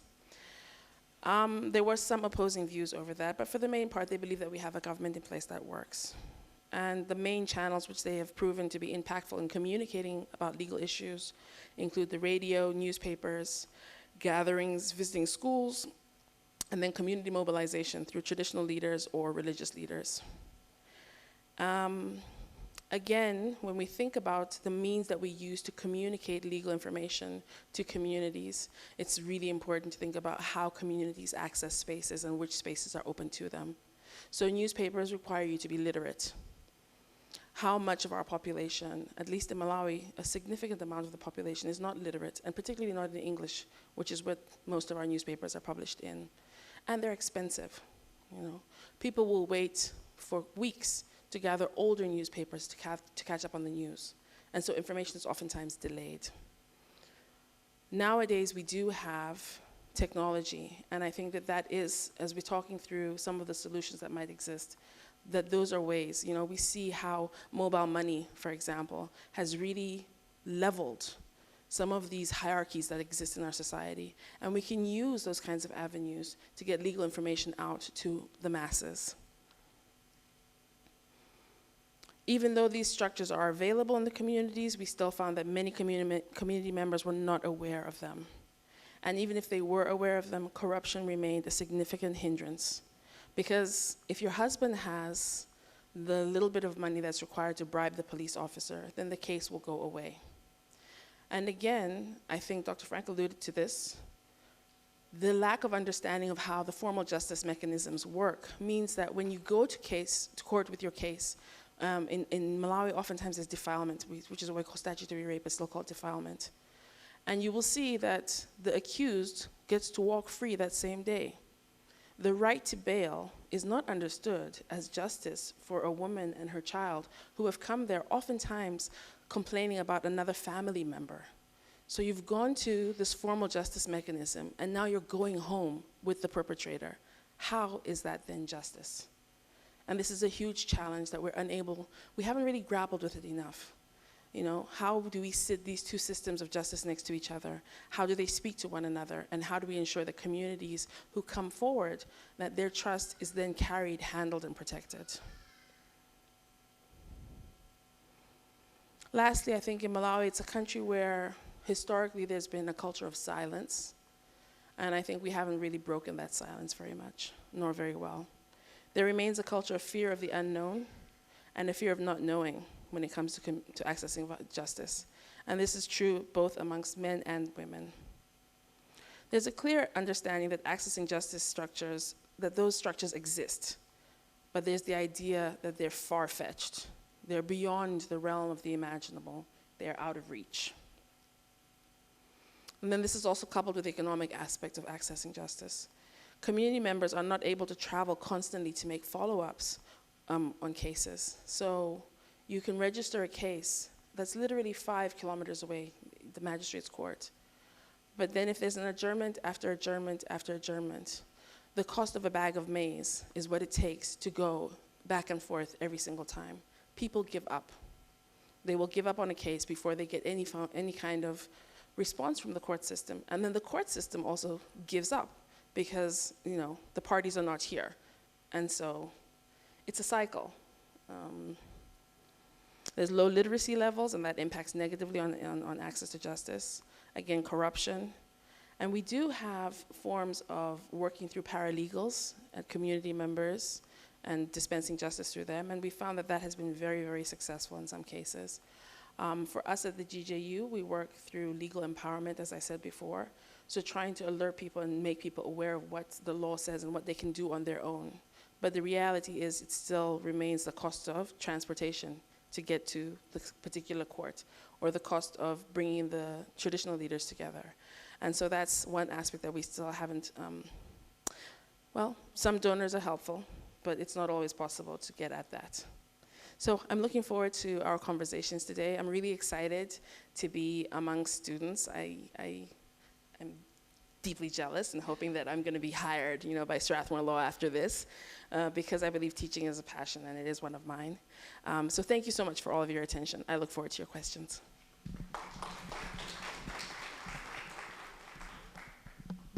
Thank you so much. I think that has been very enriching. At least for me it has, and I already read the report, so there's a lot of extra knowledge that comes in with those presentations, so thank you so much for that. So in the interest of making sure that we get as many people to participate, I won't go with the initial number of questions that I thought to ask. I'll just ask, I think, each of us one question, and then we'll open it up. And then also the panelists are also open to ask each other questions to follow up on some things that are presented, if we so desire this. So maybe we'll start with you, Dr. Ann. You gave us a very good and in-depth presentation, and I think the statistics that you showed were very enlightening to us, especially on my part when it comes to the respondents, the types of respondents you got, and then also when I compare that to the legal problems and challenges that they face. And I wanted to ask, given that you had a very big representation of the self-employed and also the unemployed in terms of the respondents that you had, did it present, and I think this is a challenging question, but did it present to you or the team any opportunities for approaches that can be taken to help these groups of people access justice easier or more readily?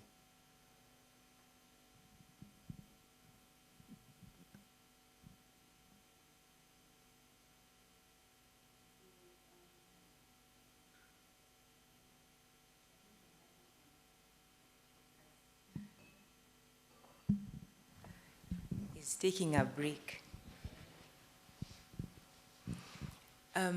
We had carefully selected the people that we would speak with, as I had said earlier, that since we were targeting the average Kenyan, and then we had defined the average Kenyan for a law clinic and for the kinds of programs that we organize, the average Kenyan who would come to seek assistance from us would most likely be found in the marketplace, where you wait for public transport.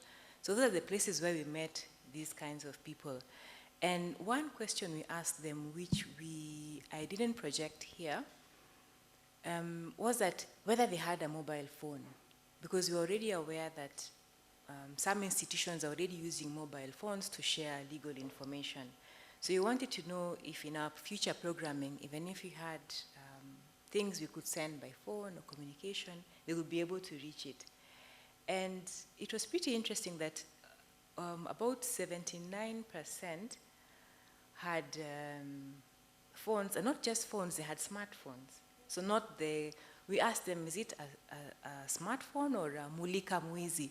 In Kenya, the mulika mwizi is a phone, light up the thief. You know, the old, the old kind of phone that you just really press the message you need to send, and that's pretty much it. So they had pretty modern kind of phones, and so we realized that, well, that could be an avenue in future programming that can be used to connect with and meet with these people, so that we don't limit ourselves to physical gatherings. Because so far, the kind of programming we've seen with law clinics that we interacted with is that they would have students go out into communities and teach them where they are. If maybe I could jump in here and indicate some of the activities that we noticed were being kind of innovative, emerging from the COVID season when that physical meeting was not possible, that a number of civil society organizations had set up toll-free numbers where people could reach out to them on phone. And then some of the university law clinics had radio stations where they had programs where they could share legal information with the people who would otherwise find it difficult to access them. So those sorts of innovations at least gave us an idea that, well, we could define our programs of accessing justice slightly differently, because now people use their mobile phones more often, and they could access also through toll-free numbers. Thank you very much. And that actually connects very much seamlessly to what Gerald mentioned earlier about the access to information being the key thing, and identifying the easiest and maybe most affordable way of doing it, because that starts us on the journey towards accessing justice should someone need it. So I think, yeah, that's a very good observation. Thank you very much. And related to that, I wanted to ask you, Dr. Frank, because one of the things we learned from your study also, I mean, we knew it in the abstract way, but we didn't know it in the real way, which is how big Tanzania is, right? Which is that unlike Uganda, which is like a small region in Tanzania, you have got people spread out all over the country, and yet still the formal justice structures are in particular places, they're not everywhere. So we're curious to see whether there were any observations you made, especially in light of how spread out the justice points, let's call them justice points, are, and how people can better access justice. And maybe if you were able to identify or witness some creative ways that are being used or done to bypass the vastness in terms of the country, and how that can make it very hard for people, at least to physically access justice. Thank you, Timothy. In Tanzania, we have more than 20 regions, and now almost all regions have registries of the High Court. Almost all, but not all. And we have magistrate courts in each region, and almost all this, not all, but almost all this. So we have at the regional level, we have what we call a court of a resident magistrate, and then at the district level we have district court. But as you said, You can have a district court. Of course, below district court, we have primary courts, which ordinarily they are supposed to be at least in every ward. But that's not the case. But you can see there are places where you see there is a court building there, but there is no magistrate. So in some cases, you see a magistrate is serving in more than one court. But still, some people have to traveling from places where they stay to access, let's say, district court. You can travel for maybe 5 hours or more. For example, in Morogoro region, there is a district where if you want to travel from that district to the headquarters of the region where the High Court is located, if you take a bus, it is a whole day travel. So you leave in the morning and then you arrive in the evening, you see. And even in particular districts, you know, the way people are scattered, it's not even easy to access those district courts. For example, just yesterday I was talking to one of my colleagues who is a magistrate in one of the district courts. So he was telling me that from January to December, he has, in his court, there was only one civil case. So I was asking myself, is it true that people don't have civil claims? Or what is the reason? But of course, there are many criminal cases for obvious reasons because these are managed by the state.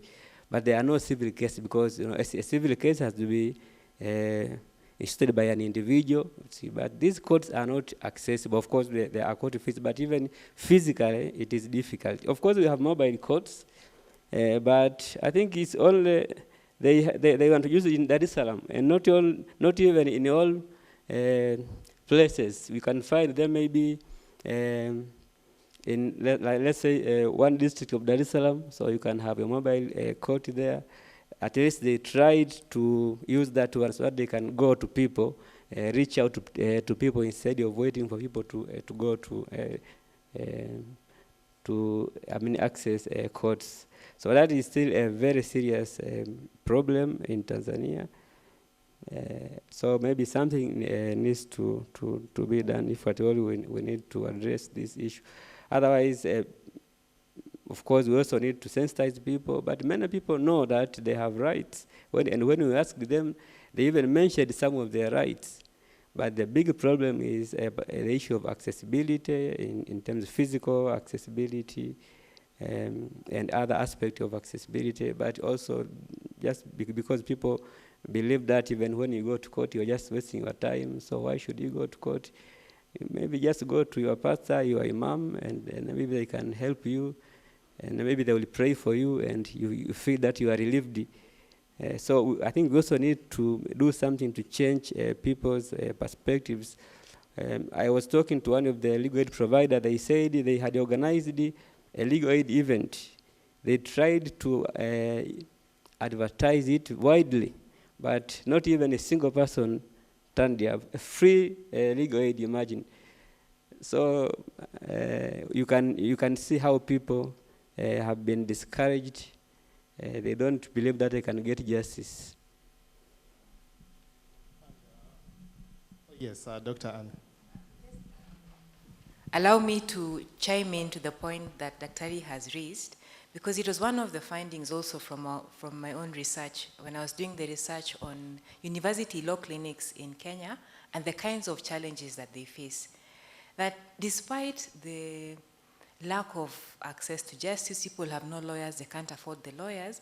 When the clinics would organize activities for legal aid, one key problem they faced was that they didn't have people who would come.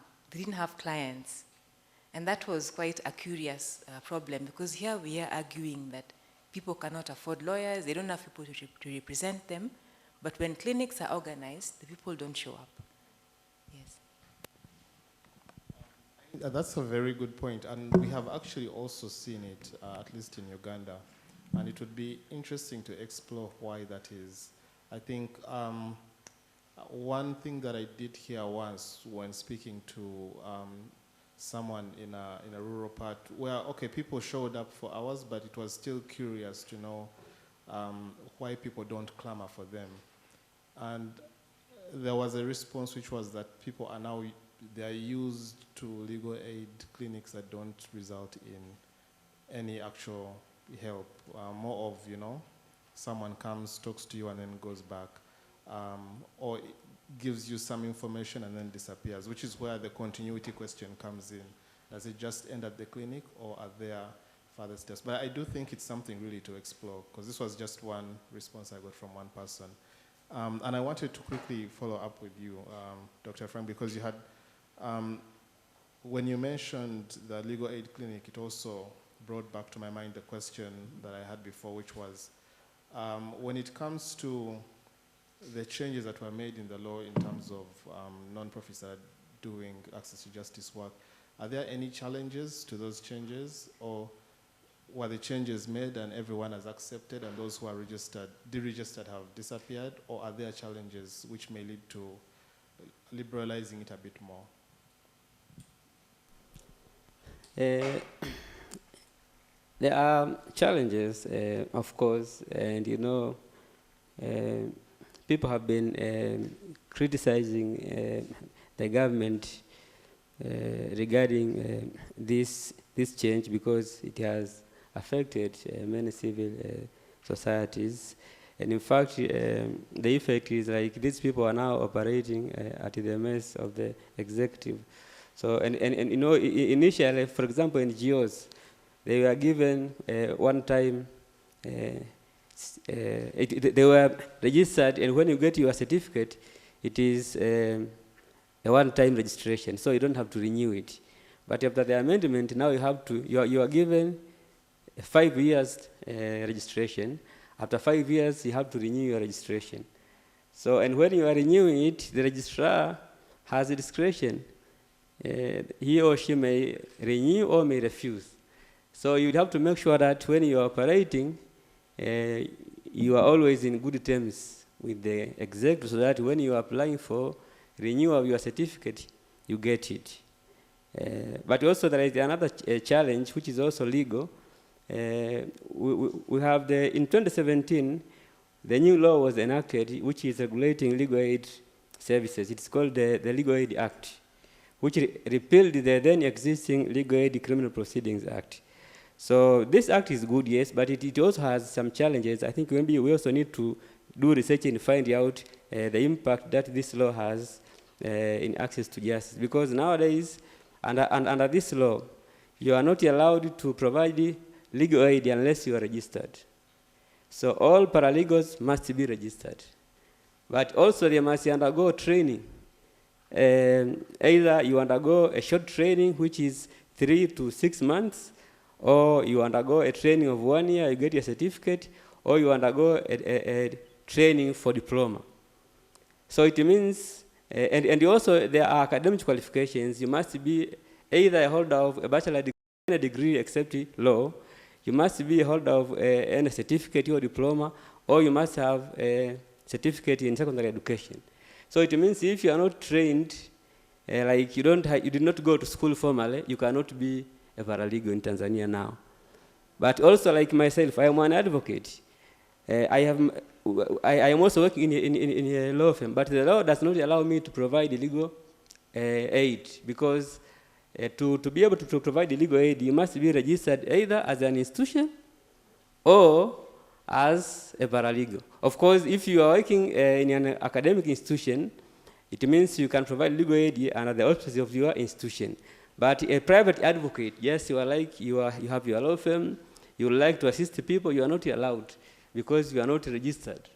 Either you have to be registered, or you work in an institution which is established by law, or you are working, you are an academic, and most of the academic institutions have legal aid centers. Otherwise, so it is, I think they have made it more difficult for people to provide this free legal aid. But also the other, I'm just trying to expand on what you asked. There is also the other legal challenge. Recently, the Parliament amended the Basic Rights and Duties Enforcement Act. They introduced a provision which requires that before you institute a petition challenging maybe the constitutionality of any law or whatever, you have to indicate how you are personally affected by. So it means, in essence, they have abolished the public interest litigation. You see, but the Constitution says that if any person feels that his right or the rights, like, or even not necessarily your right. Recently, there was a decision which was rendered by the court where one person was challenging that the CAG, our former CAG, was removed from his office without following the Constitution. So that was decided by the High Court that it is true that he was removed unconstitutionally, but the case was filed by another person, not the CAG. But it was filed before the amendment. So nowadays you cannot do that. It means maybe only the person who was affected has to go to court. So those who were filing cases for the interest of the public, they can no longer do that under the current regime. Yeah, that is quite something. And it means, from what you said before, that volunteers are no longer going to be a thing, right? I can't come from high school, volunteer to get a quick training from maybe Gender and Justice Unit and go and provide information. You can get training from Gender and Justice Unit, okay. But for you to, that training must be first accredited. So Gender and Justice Unit must be accredited to provide that education, that training, and then after that, you register. And you get a certificate of registration as a paralegal. And the certificate is for 3 years, whether you are a paralegal or you are registered as an institution. After 3 years, you renew. And you have obligations, you have to report it to the registrar, and the registrar is also supposed to monitor you, and under the law, registrar has powers to even refuse the registration. They can even cancel your certificate of registration. Of course, you have remedies, but that is... the law gives powers to registrars to oversee institutions and paralegals. Oh, thank you. Yes. That is very eye-opening. But it also opens our eyes to potential opportunities of things that can be done. Maybe in this case, it's advocacy that is needed on a legislative front, but it's quite educational. So I do have a question for Sarai, and then maybe we'll open it up to anyone who wants to ask a question. I think we'll be able to provide you with a mic. So just get ready with your questions, and then we'll move to you after. And also on the panel, if we're waiting for someone to ask a question, just feel free to shoot a question at anyone else on the panel. So Sarai, I think one of the things that you do, which we hadn't really had a chance to explore, was also on the front of law reporting and things of that sort. So in terms of opportunities, it's clear that you have a lot in Malawi that you're looking at as things that can potentially help to improve the access to justice situation. I just wanted to ask you if you wanted to share a bit about the law reporting angle. And if not, then I also have another question. Yeah. Thank you for that. Before I talk about our work in terms of law reporting, I just wanted to touch up on something that Dr. Frank raised. And it occurs to me that as we have these conversations, we should always be cognizant of what is happening in the background. And so when it comes to excessive regulation of civic space, that's also happening in Malawi. When it comes to a crackdown on more informal means of providing legal aid and legal assistance, that's also a challenge that we've been having in Malawi. As it is right now, we have paralegals and they are not regulated, they are not registered. And I hope that nobody gets ideas from this presentation to go and fill that gap. But when there was an argument that the legal aid providers should be allowed to include some paralegals to represent people in the lower courts, there was massive backlash from, and I'm sad to say, us lawyers. We viciously protect the space of who is and who isn't allowed to be an advocate, and the idea that work will be taken away from us by paralegals ranks so highly in the debate. And then it was actually couched in the language of rights, that everyone has a constitutional right to be represented by somebody who is trained legally to represent them. But when you have legal clinics and you call the lawyers to come, nobody wants to come. Nobody has time for that. We changed our laws so that now lawyers are required to provide certain hours of pro bono services, and as lawyers do, we have found ways around that. So the challenges really do remain, and they are not limited to our individual countries. This is happening across the region. So the shrinking of civil space is happening across the region. The idea that those civil society organizations upon whose backs people have risen to power are now being controlled and locked down on because of the amount of power that rests with the people. And again, just to reiterate the idea that we have these districts in Malawi, I believe there's 28 districts, and we only have the High Court in 4. And again, like Frank was saying, we also have courts where there's no magistrate ever there, or magistrates are serving several courts. And we, as the Gender and Justice Unit, were involved in spotlight work, which took the courts to the people. And one of the most powerful things about that work is that people see the justice system at play in its ideal form right before their eyes.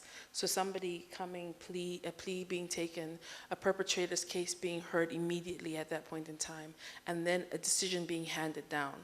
And it does bring back the message that actually, at its best, justice can work. And that's the formal justice system. The formal justice system can work. Turning to the issue of law reporting, the Gender and Justice Unit also runs the Legal Information Institute, and I believe that there's like Uganda Lee, there's Tanzania Lee as well. The Gender and Justice Unit holds Malawi Lee. So we scan, upload, and publish case law, legislation, and gazettes that come out. And we enjoy the work immensely. It's done in partnership and with funding from African Lee and partners from the University of Cape Town. But the challenges that we face come to when cases are decided in court and decisions are handed down but aren't written down. So then you have no case law to upload, you know. And even if there is a case that has been written and shared, sometimes it's only shared with the lawyers that are parties to the case. It might not necessarily be shared with the law library. It's different in different registries. So you have a very different system in Blantyre from Lilongwe. The commercial court will practice differently. And these are some of the challenges that we find in accessing actual rulings. And so we rely upon relationships, and I think that's very true also of so many of us. We rely upon networks and relationships to share and provide knowledge. And I guess we need to be thinking about how we formalize those friendships and those relationships, because at the end of the day, that is what is serving us. Thank you. Thank you very much. Very sobering information. But yeah, so do we have any questions? If anyone, yes. All right, so we'll start maybe with you down here, and then we'll do the 2 others up there. Let me be the mic runner. So, all right, I'll do the mic running. Here you are. Hello, I'm Mary Karaoke, the head of the Heal Innovation Hub. So we basically fund and support startups who provide access to justice. So one of the key questions I have for each, so for Dr. Kitonyo, my question is, were you able to correlate the legal needs identified against where people went to seek that legal support? So for example, you highlighted, I think police at 15.1, but then I was like, what kind of issues do they go to police vis-a-vis they go to the chief? I think one of the things I enjoyed about your, was an aha moment, was that your study was mostly in very urban areas, Kisumu and Nairobi, yet chief still ranked high, which you'd normally typically find chiefs mostly in the rural setting. So I was like, what insight was there? Soraya, you mentioned, I loved when you did your presentation and you talked about sort of how do you intersect between access to justice and economic development and livelihoods. And one of the things that we have found often, there's sort of a very confusion, even with the terminology. People use social justice and access to justice interchangeably. Where those two are not really the same, because social justice really talks about livelihoods and economic development. So do you think, in the context of Malawi and I guess across the region, should we marry, is there this legroom between access to justice and livelihoods beyond the cost to go to the court, the cost of transportation, the cost, like what does it inherently mean and how can we develop and design that? And then I think lastly, Tanzania. I work also in Tanzania as well. And one of the things you talked about, where people go to access justice. And one of the areas I felt I have a startup that has worked with the Widows Association of Tanzania to get to the rural, mashinani grassroots justice. And one of the key segments the startup learned that is often not highlighted is the role of social workers. That often we think paralegals are the things that go. Actually, the people who are addressing a lot of the social justice issues are social workers. Because I'll go there to do polio immunization, and then somebody's being beaten up by the wife, and they'll be like, I have to intervene. So how are we also getting social workers both empowered to address social justice issues and actually deliver the last mile justice? Thank you. Could you just introduce yourself and where you're from? There may be someone here who has been wanting to. You did? Oh, okay, sorry, I didn't hear it. All right, please proceed.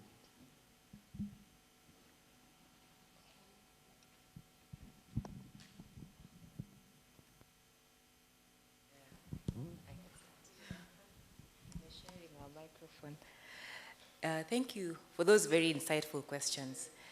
Now, with regard to collating the information per issue, we didn't do it because we didn't need it for this particular report, but it's possible to do it because we still have the documentation emerging from the collection of the information from the respondents. Then in the presentation of my report, it could have been longer. So in the actual report, I also indicate the areas in which we collected the information. So even if we were in Nairobi or we were in Kisumu, we're in this informal settlement areas where we knew we could get people who need the services we're willing to provide. So we went in Kisumu, we were in Obunga, in Nyalenda, in the various settlement areas, and the same to Nairobi. Yes. So that explains why you find chiefs still very active in those areas and running dispute resolution mechanisms that you might not even be aware exist. And people end up meeting with the chief, coming up with written agreements, signing them under the oversight of the chief, which was not foreseen even in the establishment of the position of chief, and even in the change of law that does away with actually existence and role of the chiefs. But it was an interesting finding that I think one needs to explore further. Because whenever we talk about justice systems, even in the training of students, when we train them, we have the curriculum, we have the laws, it really focuses on the formal justice system, the court system, and a particular social economic level in the society. We forget about those who might actually need legal aid, and then we also define justice in a particular way. Some of our conversations went around, when you mean access to justice, do you mean access to court systems? What is justice? And allow me to extend my response to an example we were given by a person from a civil society organization which had reached out to a lady in a rural area because she was a widow, had just lost her husband, and she was being chased away from the home, as unfortunately happens in many homes, and I think she didn't have children. So they were chasing her away as a stranger. And she reached out to this organization and they took up the matter spiritedly, went to court, got court orders, and gave her the court orders. So she was happy with them. And there was peace for a while, but in a few weeks she was dead. She had been murdered. So with all her court orders, now she remained in the land, but she couldn't enjoy it anymore. So when you talk about justice, whose justice? Is it only court system? Is that the only way we could resolve these disputes?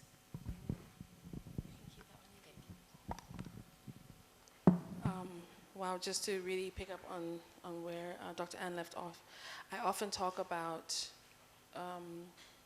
these protections that we have as paper tigers, you know? So you get a protection order. Can you hear me? Okay. So you get a protection order, and the person who is physically assaulting you comes back and physically assaults you. And there's nothing that that piece of paper does. And the way that the system has been set up in Malawi right now is that you have to go back to court to get another order holding that person in contempt of court so that the police will do something about it.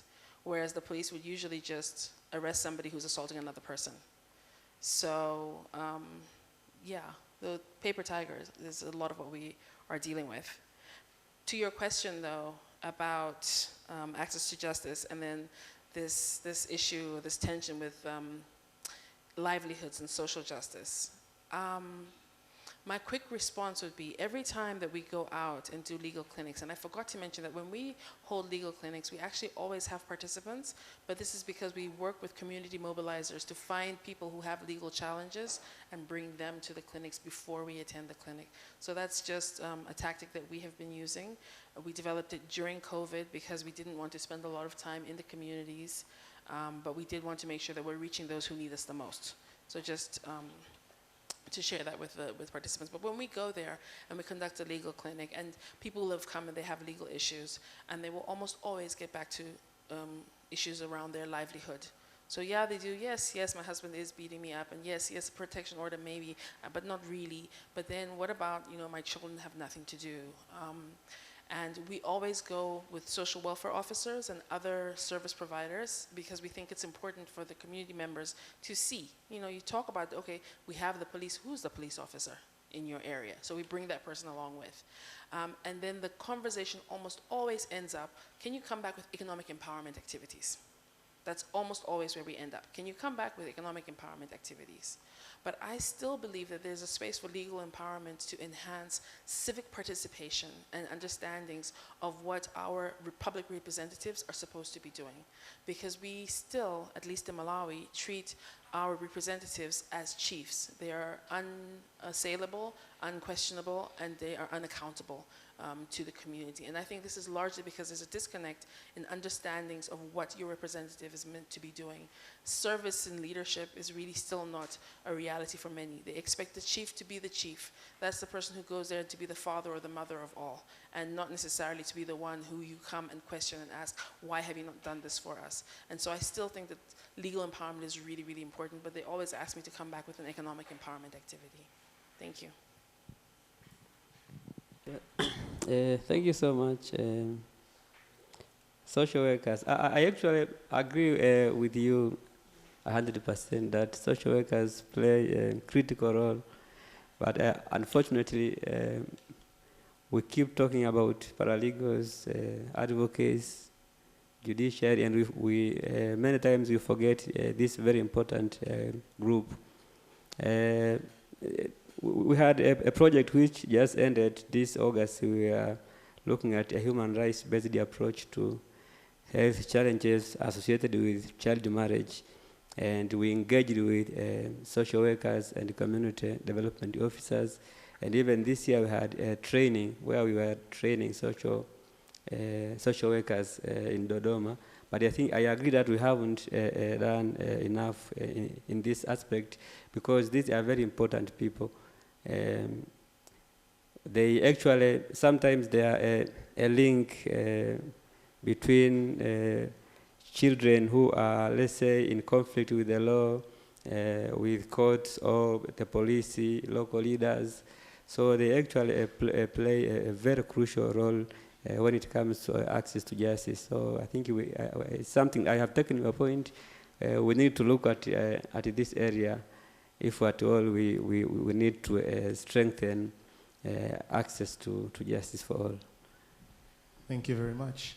That was a very rich question. Sorry, I had initially said this, then I'll come back. I'll come back like this. All right. So there's someone here who had their hand up. All right. Your name and where you're from, and then your question. Okay. My name is Vivian Tawarar, a law student from Kenyatta University. My question goes to Dr. Anne. How can we bridge the gap between access to justice and non-compliance with court orders? We are all cognizant of the fact that the executive on many occasions has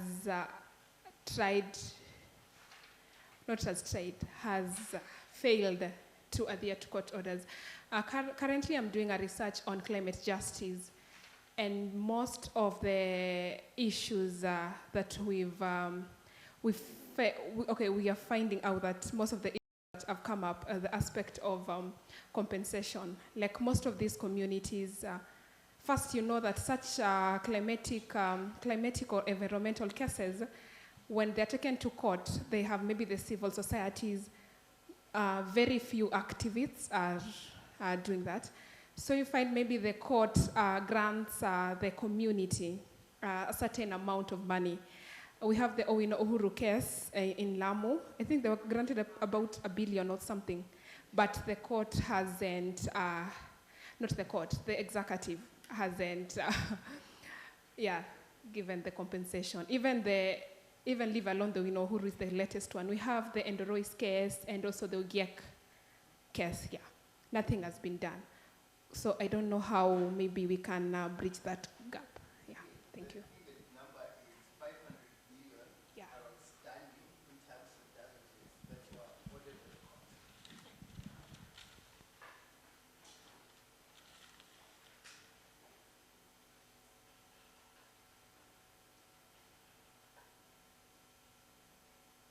You want me to answer right now?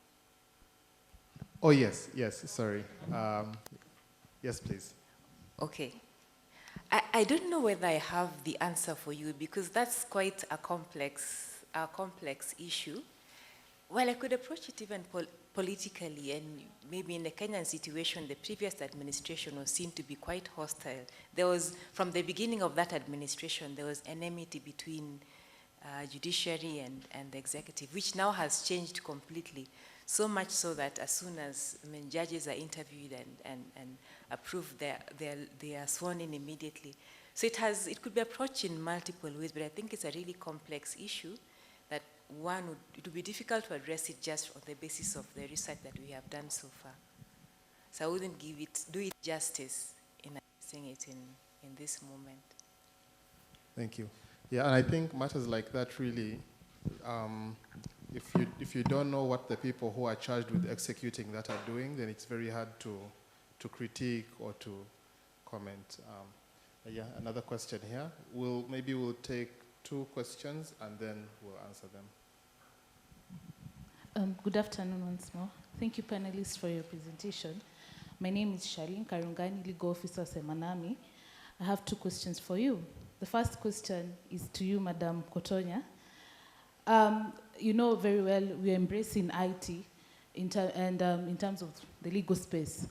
Now, you as a clinic in Strathmore, you know, now since COVID, we've had courts, you know, going virtual, filing, e-filing, e-servicing. So what do you do in case somebody comes to your clinic and is a person from the rural area, like individuals, say they're not from organizations. So how do you plan to tackle such kind of scenario in terms of access to justice? My second question is to you again, and Malawi and Tanzania. For the longest time, especially in criminal cases, like for example, let me say because I'm from here in Kenya, we still have communities whereby if it is offenses, say like, I don't know if it's the Maasai, whereby, see if somebody has killed, right? They resort to dealing with justice, you know, in their own way. For example, you pay a number of cows, and you see for particular persons, that is not justice.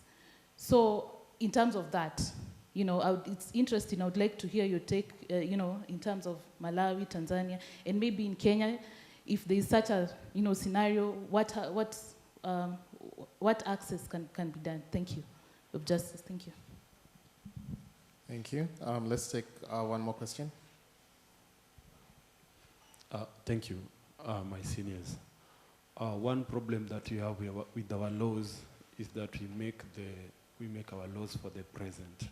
We don't make our laws for the future. For instance, in the African setting, our laws are normally very political. For example, I'm going to give you an example of the political parties bill. For those who have gone so much, your literature have gone to politics, the laws that were made with the former administration was to suppress the opposition. So when the opposition comes into power, the shoe changes to the other side. And so the laws will become oppressive. Now coming back to what we are discussing today, Dr. Reed, there is one thing you had mentioned that in your research, after you get the problem, the guys don't come to the legal offices, the clinics that you set up. I work with justice defenders. My name is William. One of the things that we have discovered in legal aid or access to justice is that we don't conform to the recipient's needs. For instance, we have spoken here, no one has spoken in Kiswahili so far. And that is what we do when we go to the ground. I'm an advocate, you are an advocate, you are a learning counsel, but at the end of the day, these people that your target research, most of them you are speaking to them in Kiswahili. Uko na smartphone? Anakwambia niko any type gani ni Samsung. So most of the questions they are going to be answering, they are going to do it in Kiswahili. But when we go to the legal aid, when the rubber meets the road, we now go to the academic front now. I start now exercising what I learned in class. Because when you go to the ground and you tell somebody, when we want to prove murder, there must be malice aforethought. Do they know even what is aforethought? The only word they have heard is alikuwa sijui malicious damage. You know, it's so remote for them.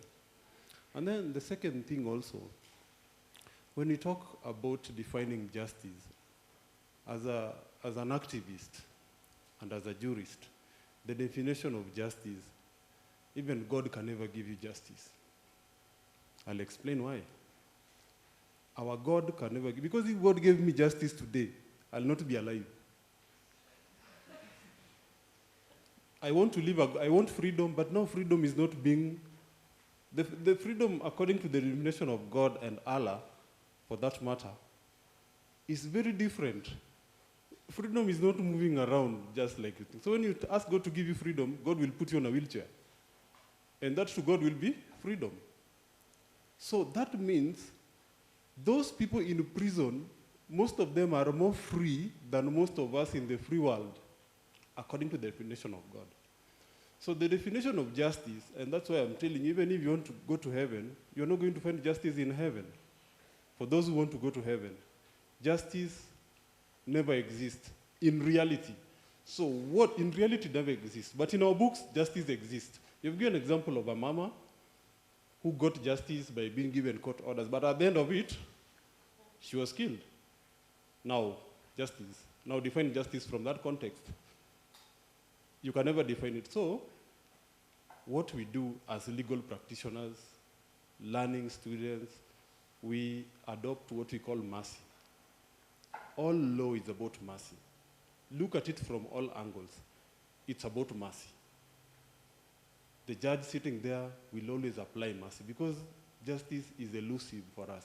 So when we go to the ground, we should think in terms of another concept of defining justice. And that way, we are going to achieve access to justice. Now, finally, why do these people don't they come to our legal offices? In Kenya, do it practically. I have my tomatoes. I sell them at 10 shillings each. You have your tomatoes on the other side. You give them for free. Do that experiment. Where will these people go? They'll go where it is charged at a fee. The free one, they'll say, that is GMO. Yeah, they'll tell you, hey, ule mtu, in Kiswahili, in the slang language that you use in the street, hapo kuna kakitu, there's just something. Even they cannot define it, but they're going to tell you, there's something wrong. In our community office, when people come into our office at Makadara, and I'll advise Strathmore Law Clinic, you visit there, when you tell them, you explain yourself, I'm William, blah, blah, blah, hizi services zetu, tunapatiana free. They'll freeze, they'll take a phone.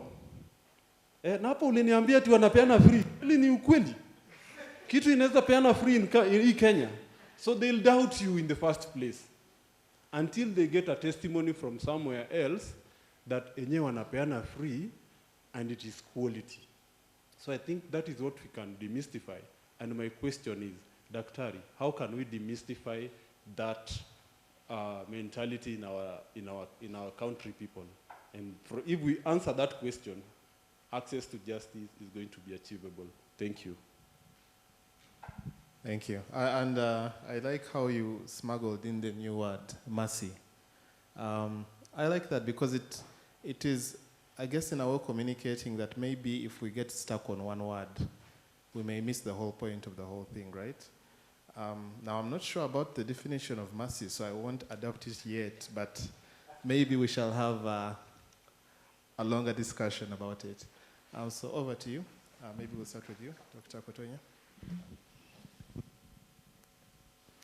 The last question, before it was asked, there were a number of comments and insights shared from your practice, which is, I think, very important for an audience like this and for a symposium like this, because you're giving us experiences from the field and as a person who has been interacting with these kinds of people for a long time. So the insights that are very important and partnerships that are very useful to build. And we take in that information very happily. Then you pose a very difficult question. How do we change Kenyans' mentality about free things? And the reality is that sometimes some of it can also be superstitious. You know, that these guys are getting me into Illuminati, there are many things that people talk about. As soon as something is free, the suspicion arises from, spiritual reasons, political reasons. So I don't know whether that is a legal problem. And maybe it's a problem that we have to bear in mind when offering our programs so that we help the people also participate in their own dispute resolution process and so that we be open to them contributing. Because the reality is sometimes we burden ourselves a lot with the resource issue, that even as a clinic, we're trying to develop our programs, trying to get volunteers, volunteer advocates, and also fundraising so that we're able to offer the service for free. Yet we don't keep in mind what you have said, that these guys, as soon as they know it's free, they will be very suspicious, they will not show up, it will not be of benefit to them. So my response would be that for us to take that information in when we are doing our programs and be willing to charge something, at least let our participants realize that they need to have some input in the resolution of their own dispute. Now, how much and to what extent, I think I leave that to each institution. But let the persons be aware that they need to make at least a bit of a contribution to the resolution of their dispute. I don't know how that will be taken by the people, but it's worth considering, given the level of suspicion that exists with free things. Then on the question of, but I'm really grateful for the input that you have shared, and I hope that other people working in similar institutions can share their experiences who are within this audience. It will be helpful for all of us. The question of technology and access to justice is one that we have to work with. And in doing the literature review that I talked about when presenting the report earlier, before we went for the break, some of the reports we see from judiciary have enlightened us to the reality that the shift towards technology, use of technology in our court system was not only provoked by the COVID crisis. Maybe that hastened the process of it being launched, but it was within the strategic plan. The idea was that to hopefully promote access to justice by ensuring that it's available to everyone and make use of take advantage of the use of technology to spread it as far out as possible. Our law clinic has some programs that they have attempted to utilize, but I noticed that those responding to the online programs are those of a particular social economic category, entrepreneurs. So you're not addressing watu wa mashinani, the grassroots people. So it again creates a problem.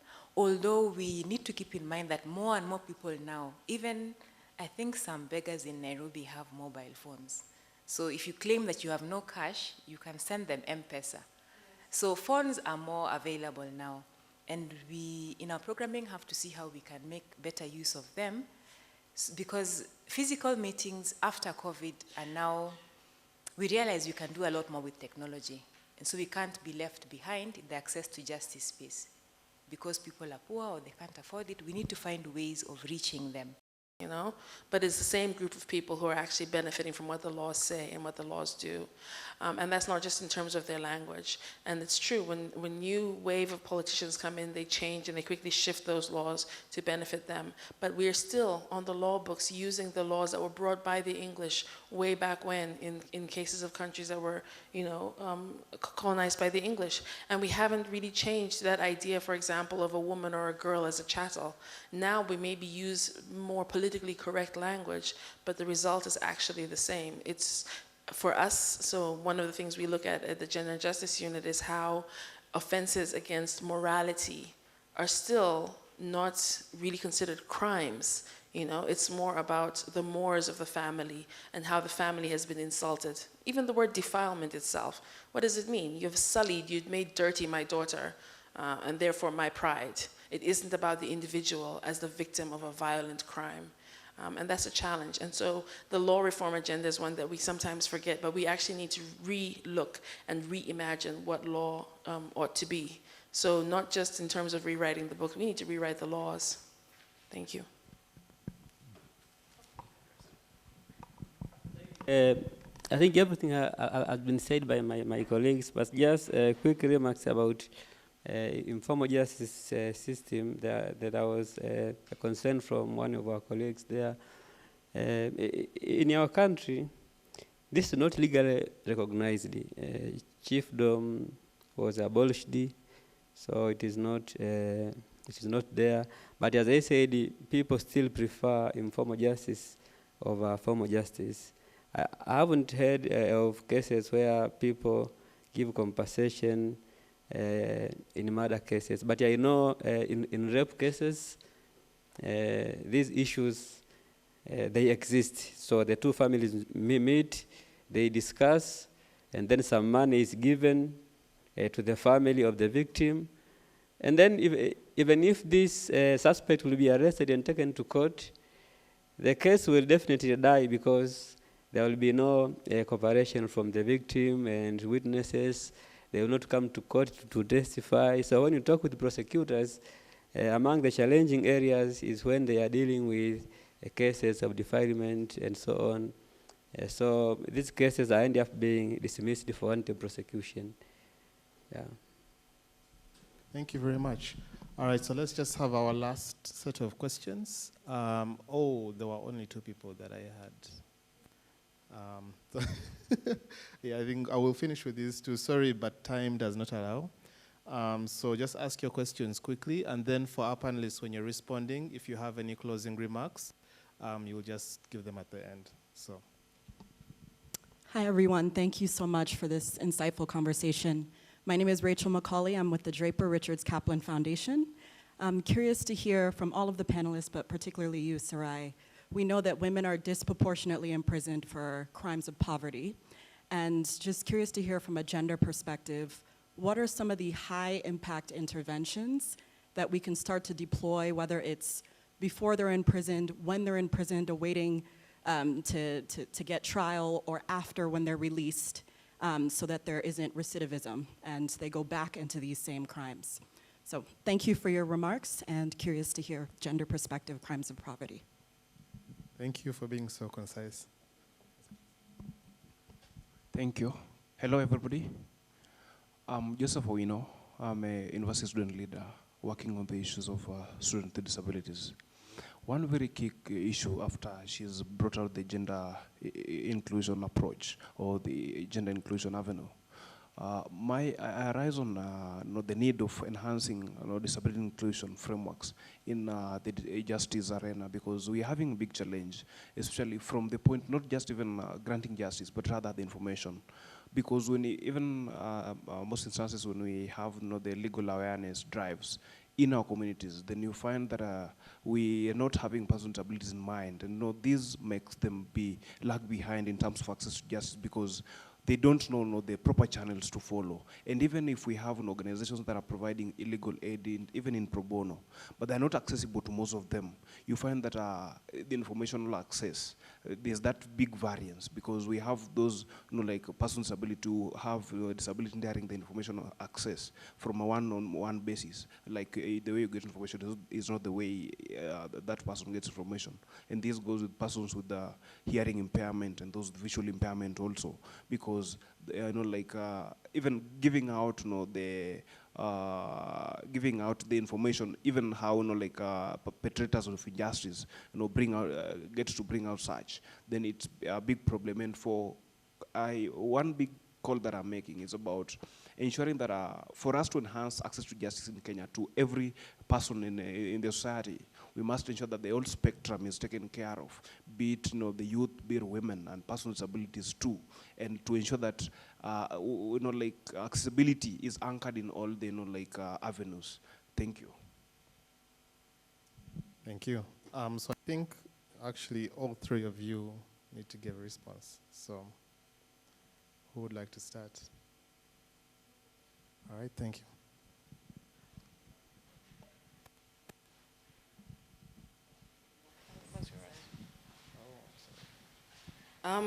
Thank you for that question. Actually, thank both of you for those final questions. I think it's a really important place to wrap up our conversation is in terms of marginalized communities, and that includes women oftentimes. For crimes of poverty, I found it interesting that you say that women are the ones who are often the targets of crimes of poverty. That hasn't been my experience in Malawi, except with female sex workers. Who are oftentimes targeted, usually on a political whim. So, and the early stages of the HIV pandemic, when there was this paranoia that sex workers were the source and the vectors of HIV. Old laws, so this again goes back to my earlier cry for the need for significant law reform around loitering and being a rogue and a vagabond. Those kinds of laws were used to round up female sex workers, because sex work itself is not criminalized in Malawi, but living off of the earnings of sex work and other areas around sex work, running a brothel and so on. So laws like loitering, which are really laws that target somebody for just being poor and being in a space where they're unwanted and unwelcomed. I think where you do find that women are being targeted more, as I said, is in the area of sex work. But then just generally the challenge with those laws is that they're very much at the discretion of the police. And I think this is the weakness that's in there, whether it's a gendered issue or, as we've seen more recently, it's actually children who are living off of the street who are being attacked under such laws. Politicians decide that the streets need to look clean, and then children are gathered up. And the main challenge that I see with all of this is that we don't have safety nets. So you're talking about recidivism. They are gathered up, held in police cells, police holding cells, for maybe a matter of hours or a number of days, and then released back. But there is never any effort to follow up with the social work, a conversation that we had earlier as well. There's never any effort to deal with the root causes of their situations in the first place. And even if it is, it's disparate, it's across, it's far apart. For Malawi, we don't have any state-run orphanage, and we don't have any state-run women's shelter. So everything that's offered is offered by civil society organizations. And for example, the Gender and Justice Union, we used to have a safe house, and then our funding ran out. End of the safe house.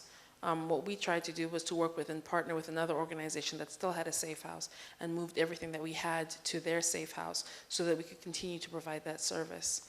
So it's going to be really difficult to actually deal with recidivism when you don't provide any kind of safety nets or social support or psychological assistance. We haven't even touched upon mental well-being and mental health, but that is also another layer to these conversations that we've been having.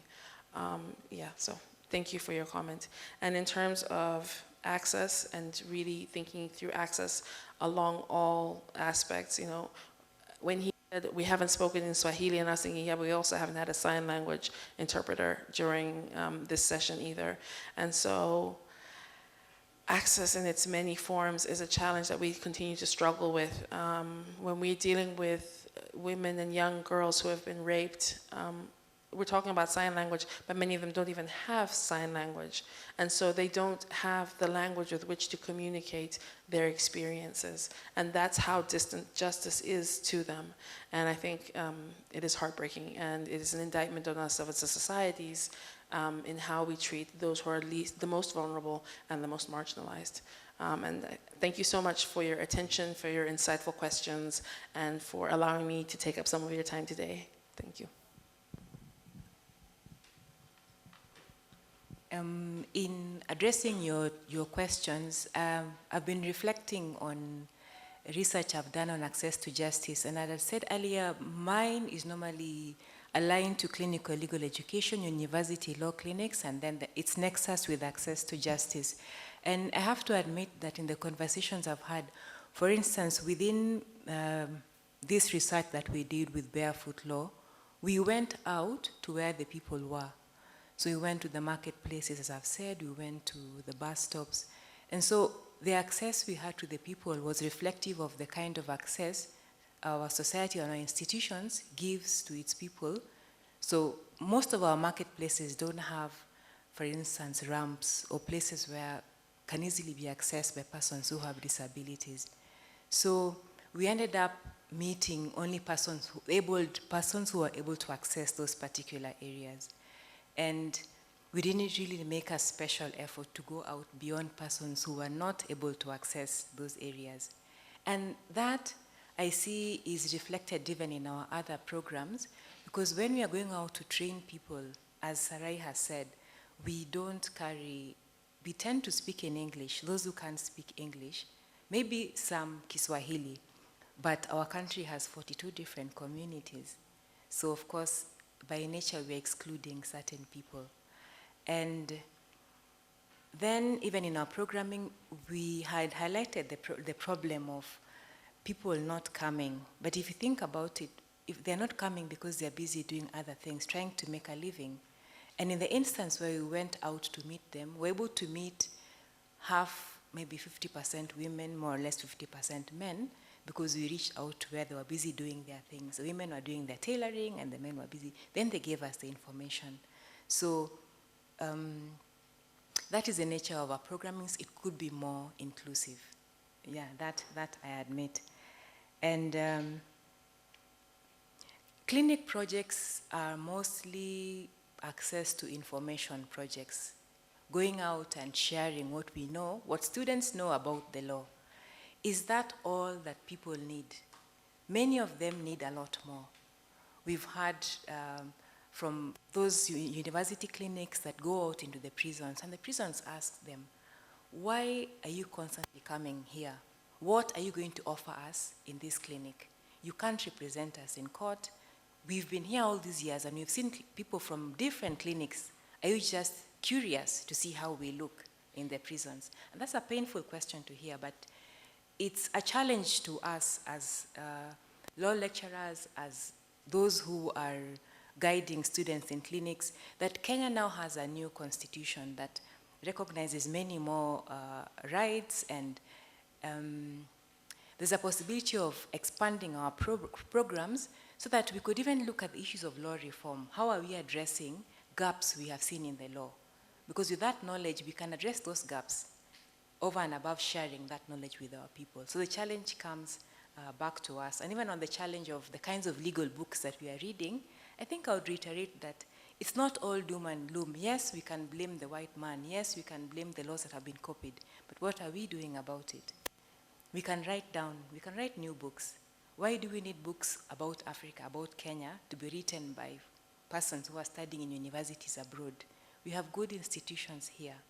We have our own experience, and we can do more for ourselves, as you've begun doing now by bringing in people from Uganda, Malawi, exchanging ideas, and ultimately writing our own books and writing our own story. So I think I can stop on that positive note. I hope I have addressed all the issues that have been raised. If not, you can let me know. But thank you so much for being here with us, for listening, and for contributing.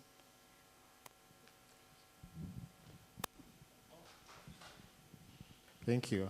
So I guess we're done. Thank you so much again. And like has been raised a number of times, we should look to more situations of this sort, collaboration, research together and publishing together.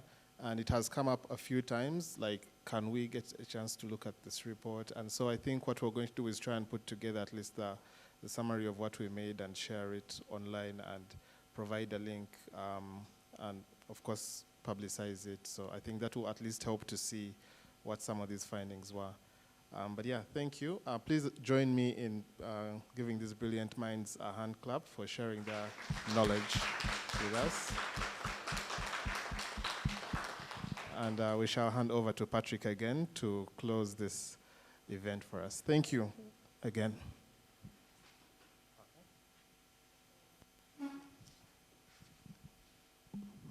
Okay, thank you so much, Timothy, for that wonderful session. So we are a little bit behind with the schedule, so we'll move the next parts quite fast. So I'd like to invite Mr. Gerald to help us appreciate the panelists as they go to take their seats. We have a small something from Strathmore and BarefootLaw, of course. It's a mixture of merchandise from both organizations to just say thank you for being part of today's conversation. So I'll invite Jude to help me with this. And of course, Mr. Gerald. And Irene, I think you might want to be somewhere in the middle for the pictures. Yes. Okay, so I'll invite Dr. Ann Kotonya. Please let's appreciate our panelists.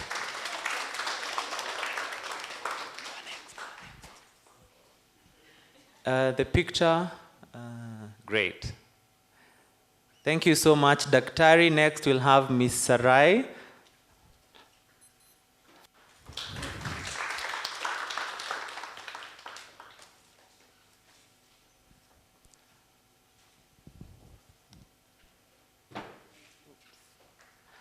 Asante sana, Ms. Sarai. We'll have Dr. Frank.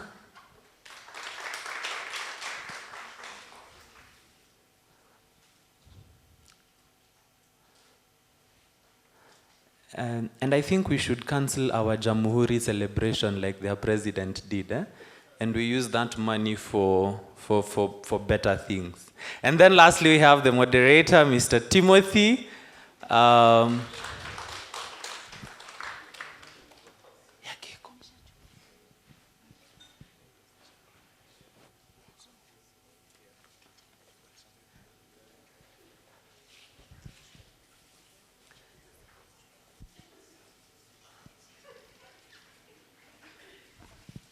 And of course, we want to appreciate Mr. Gerald, and our own Dr. Kotonya is going to help us do this. Probably there? Yes. Thank you. And as we started by saying in the morning,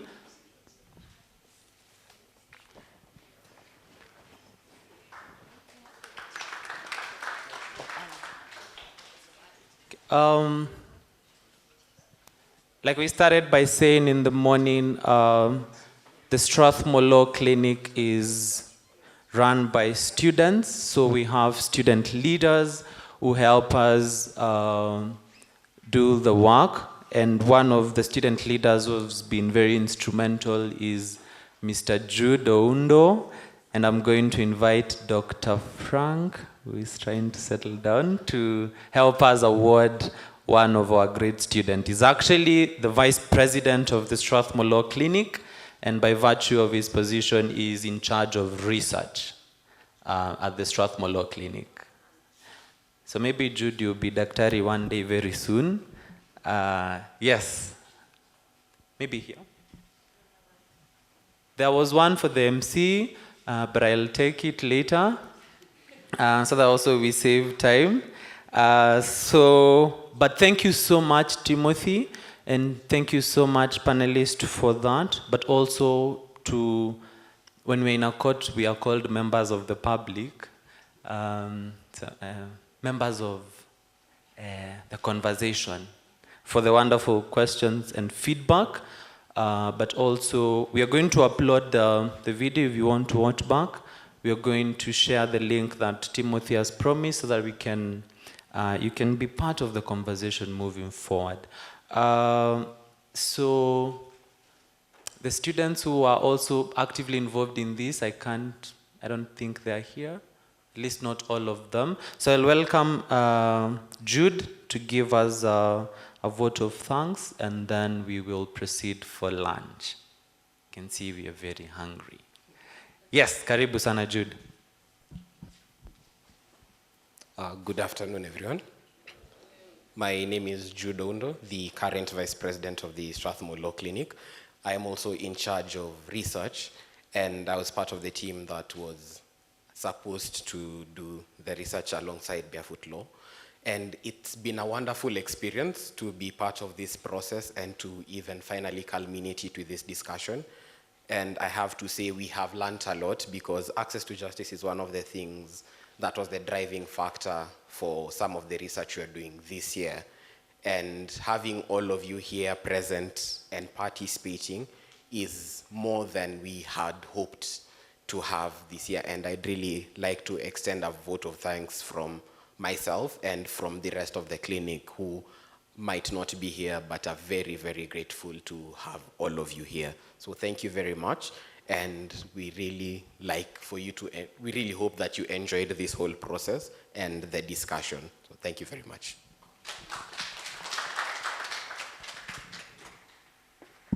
Okay, thank you, Jude. And that brings us to the end of our wonderful day.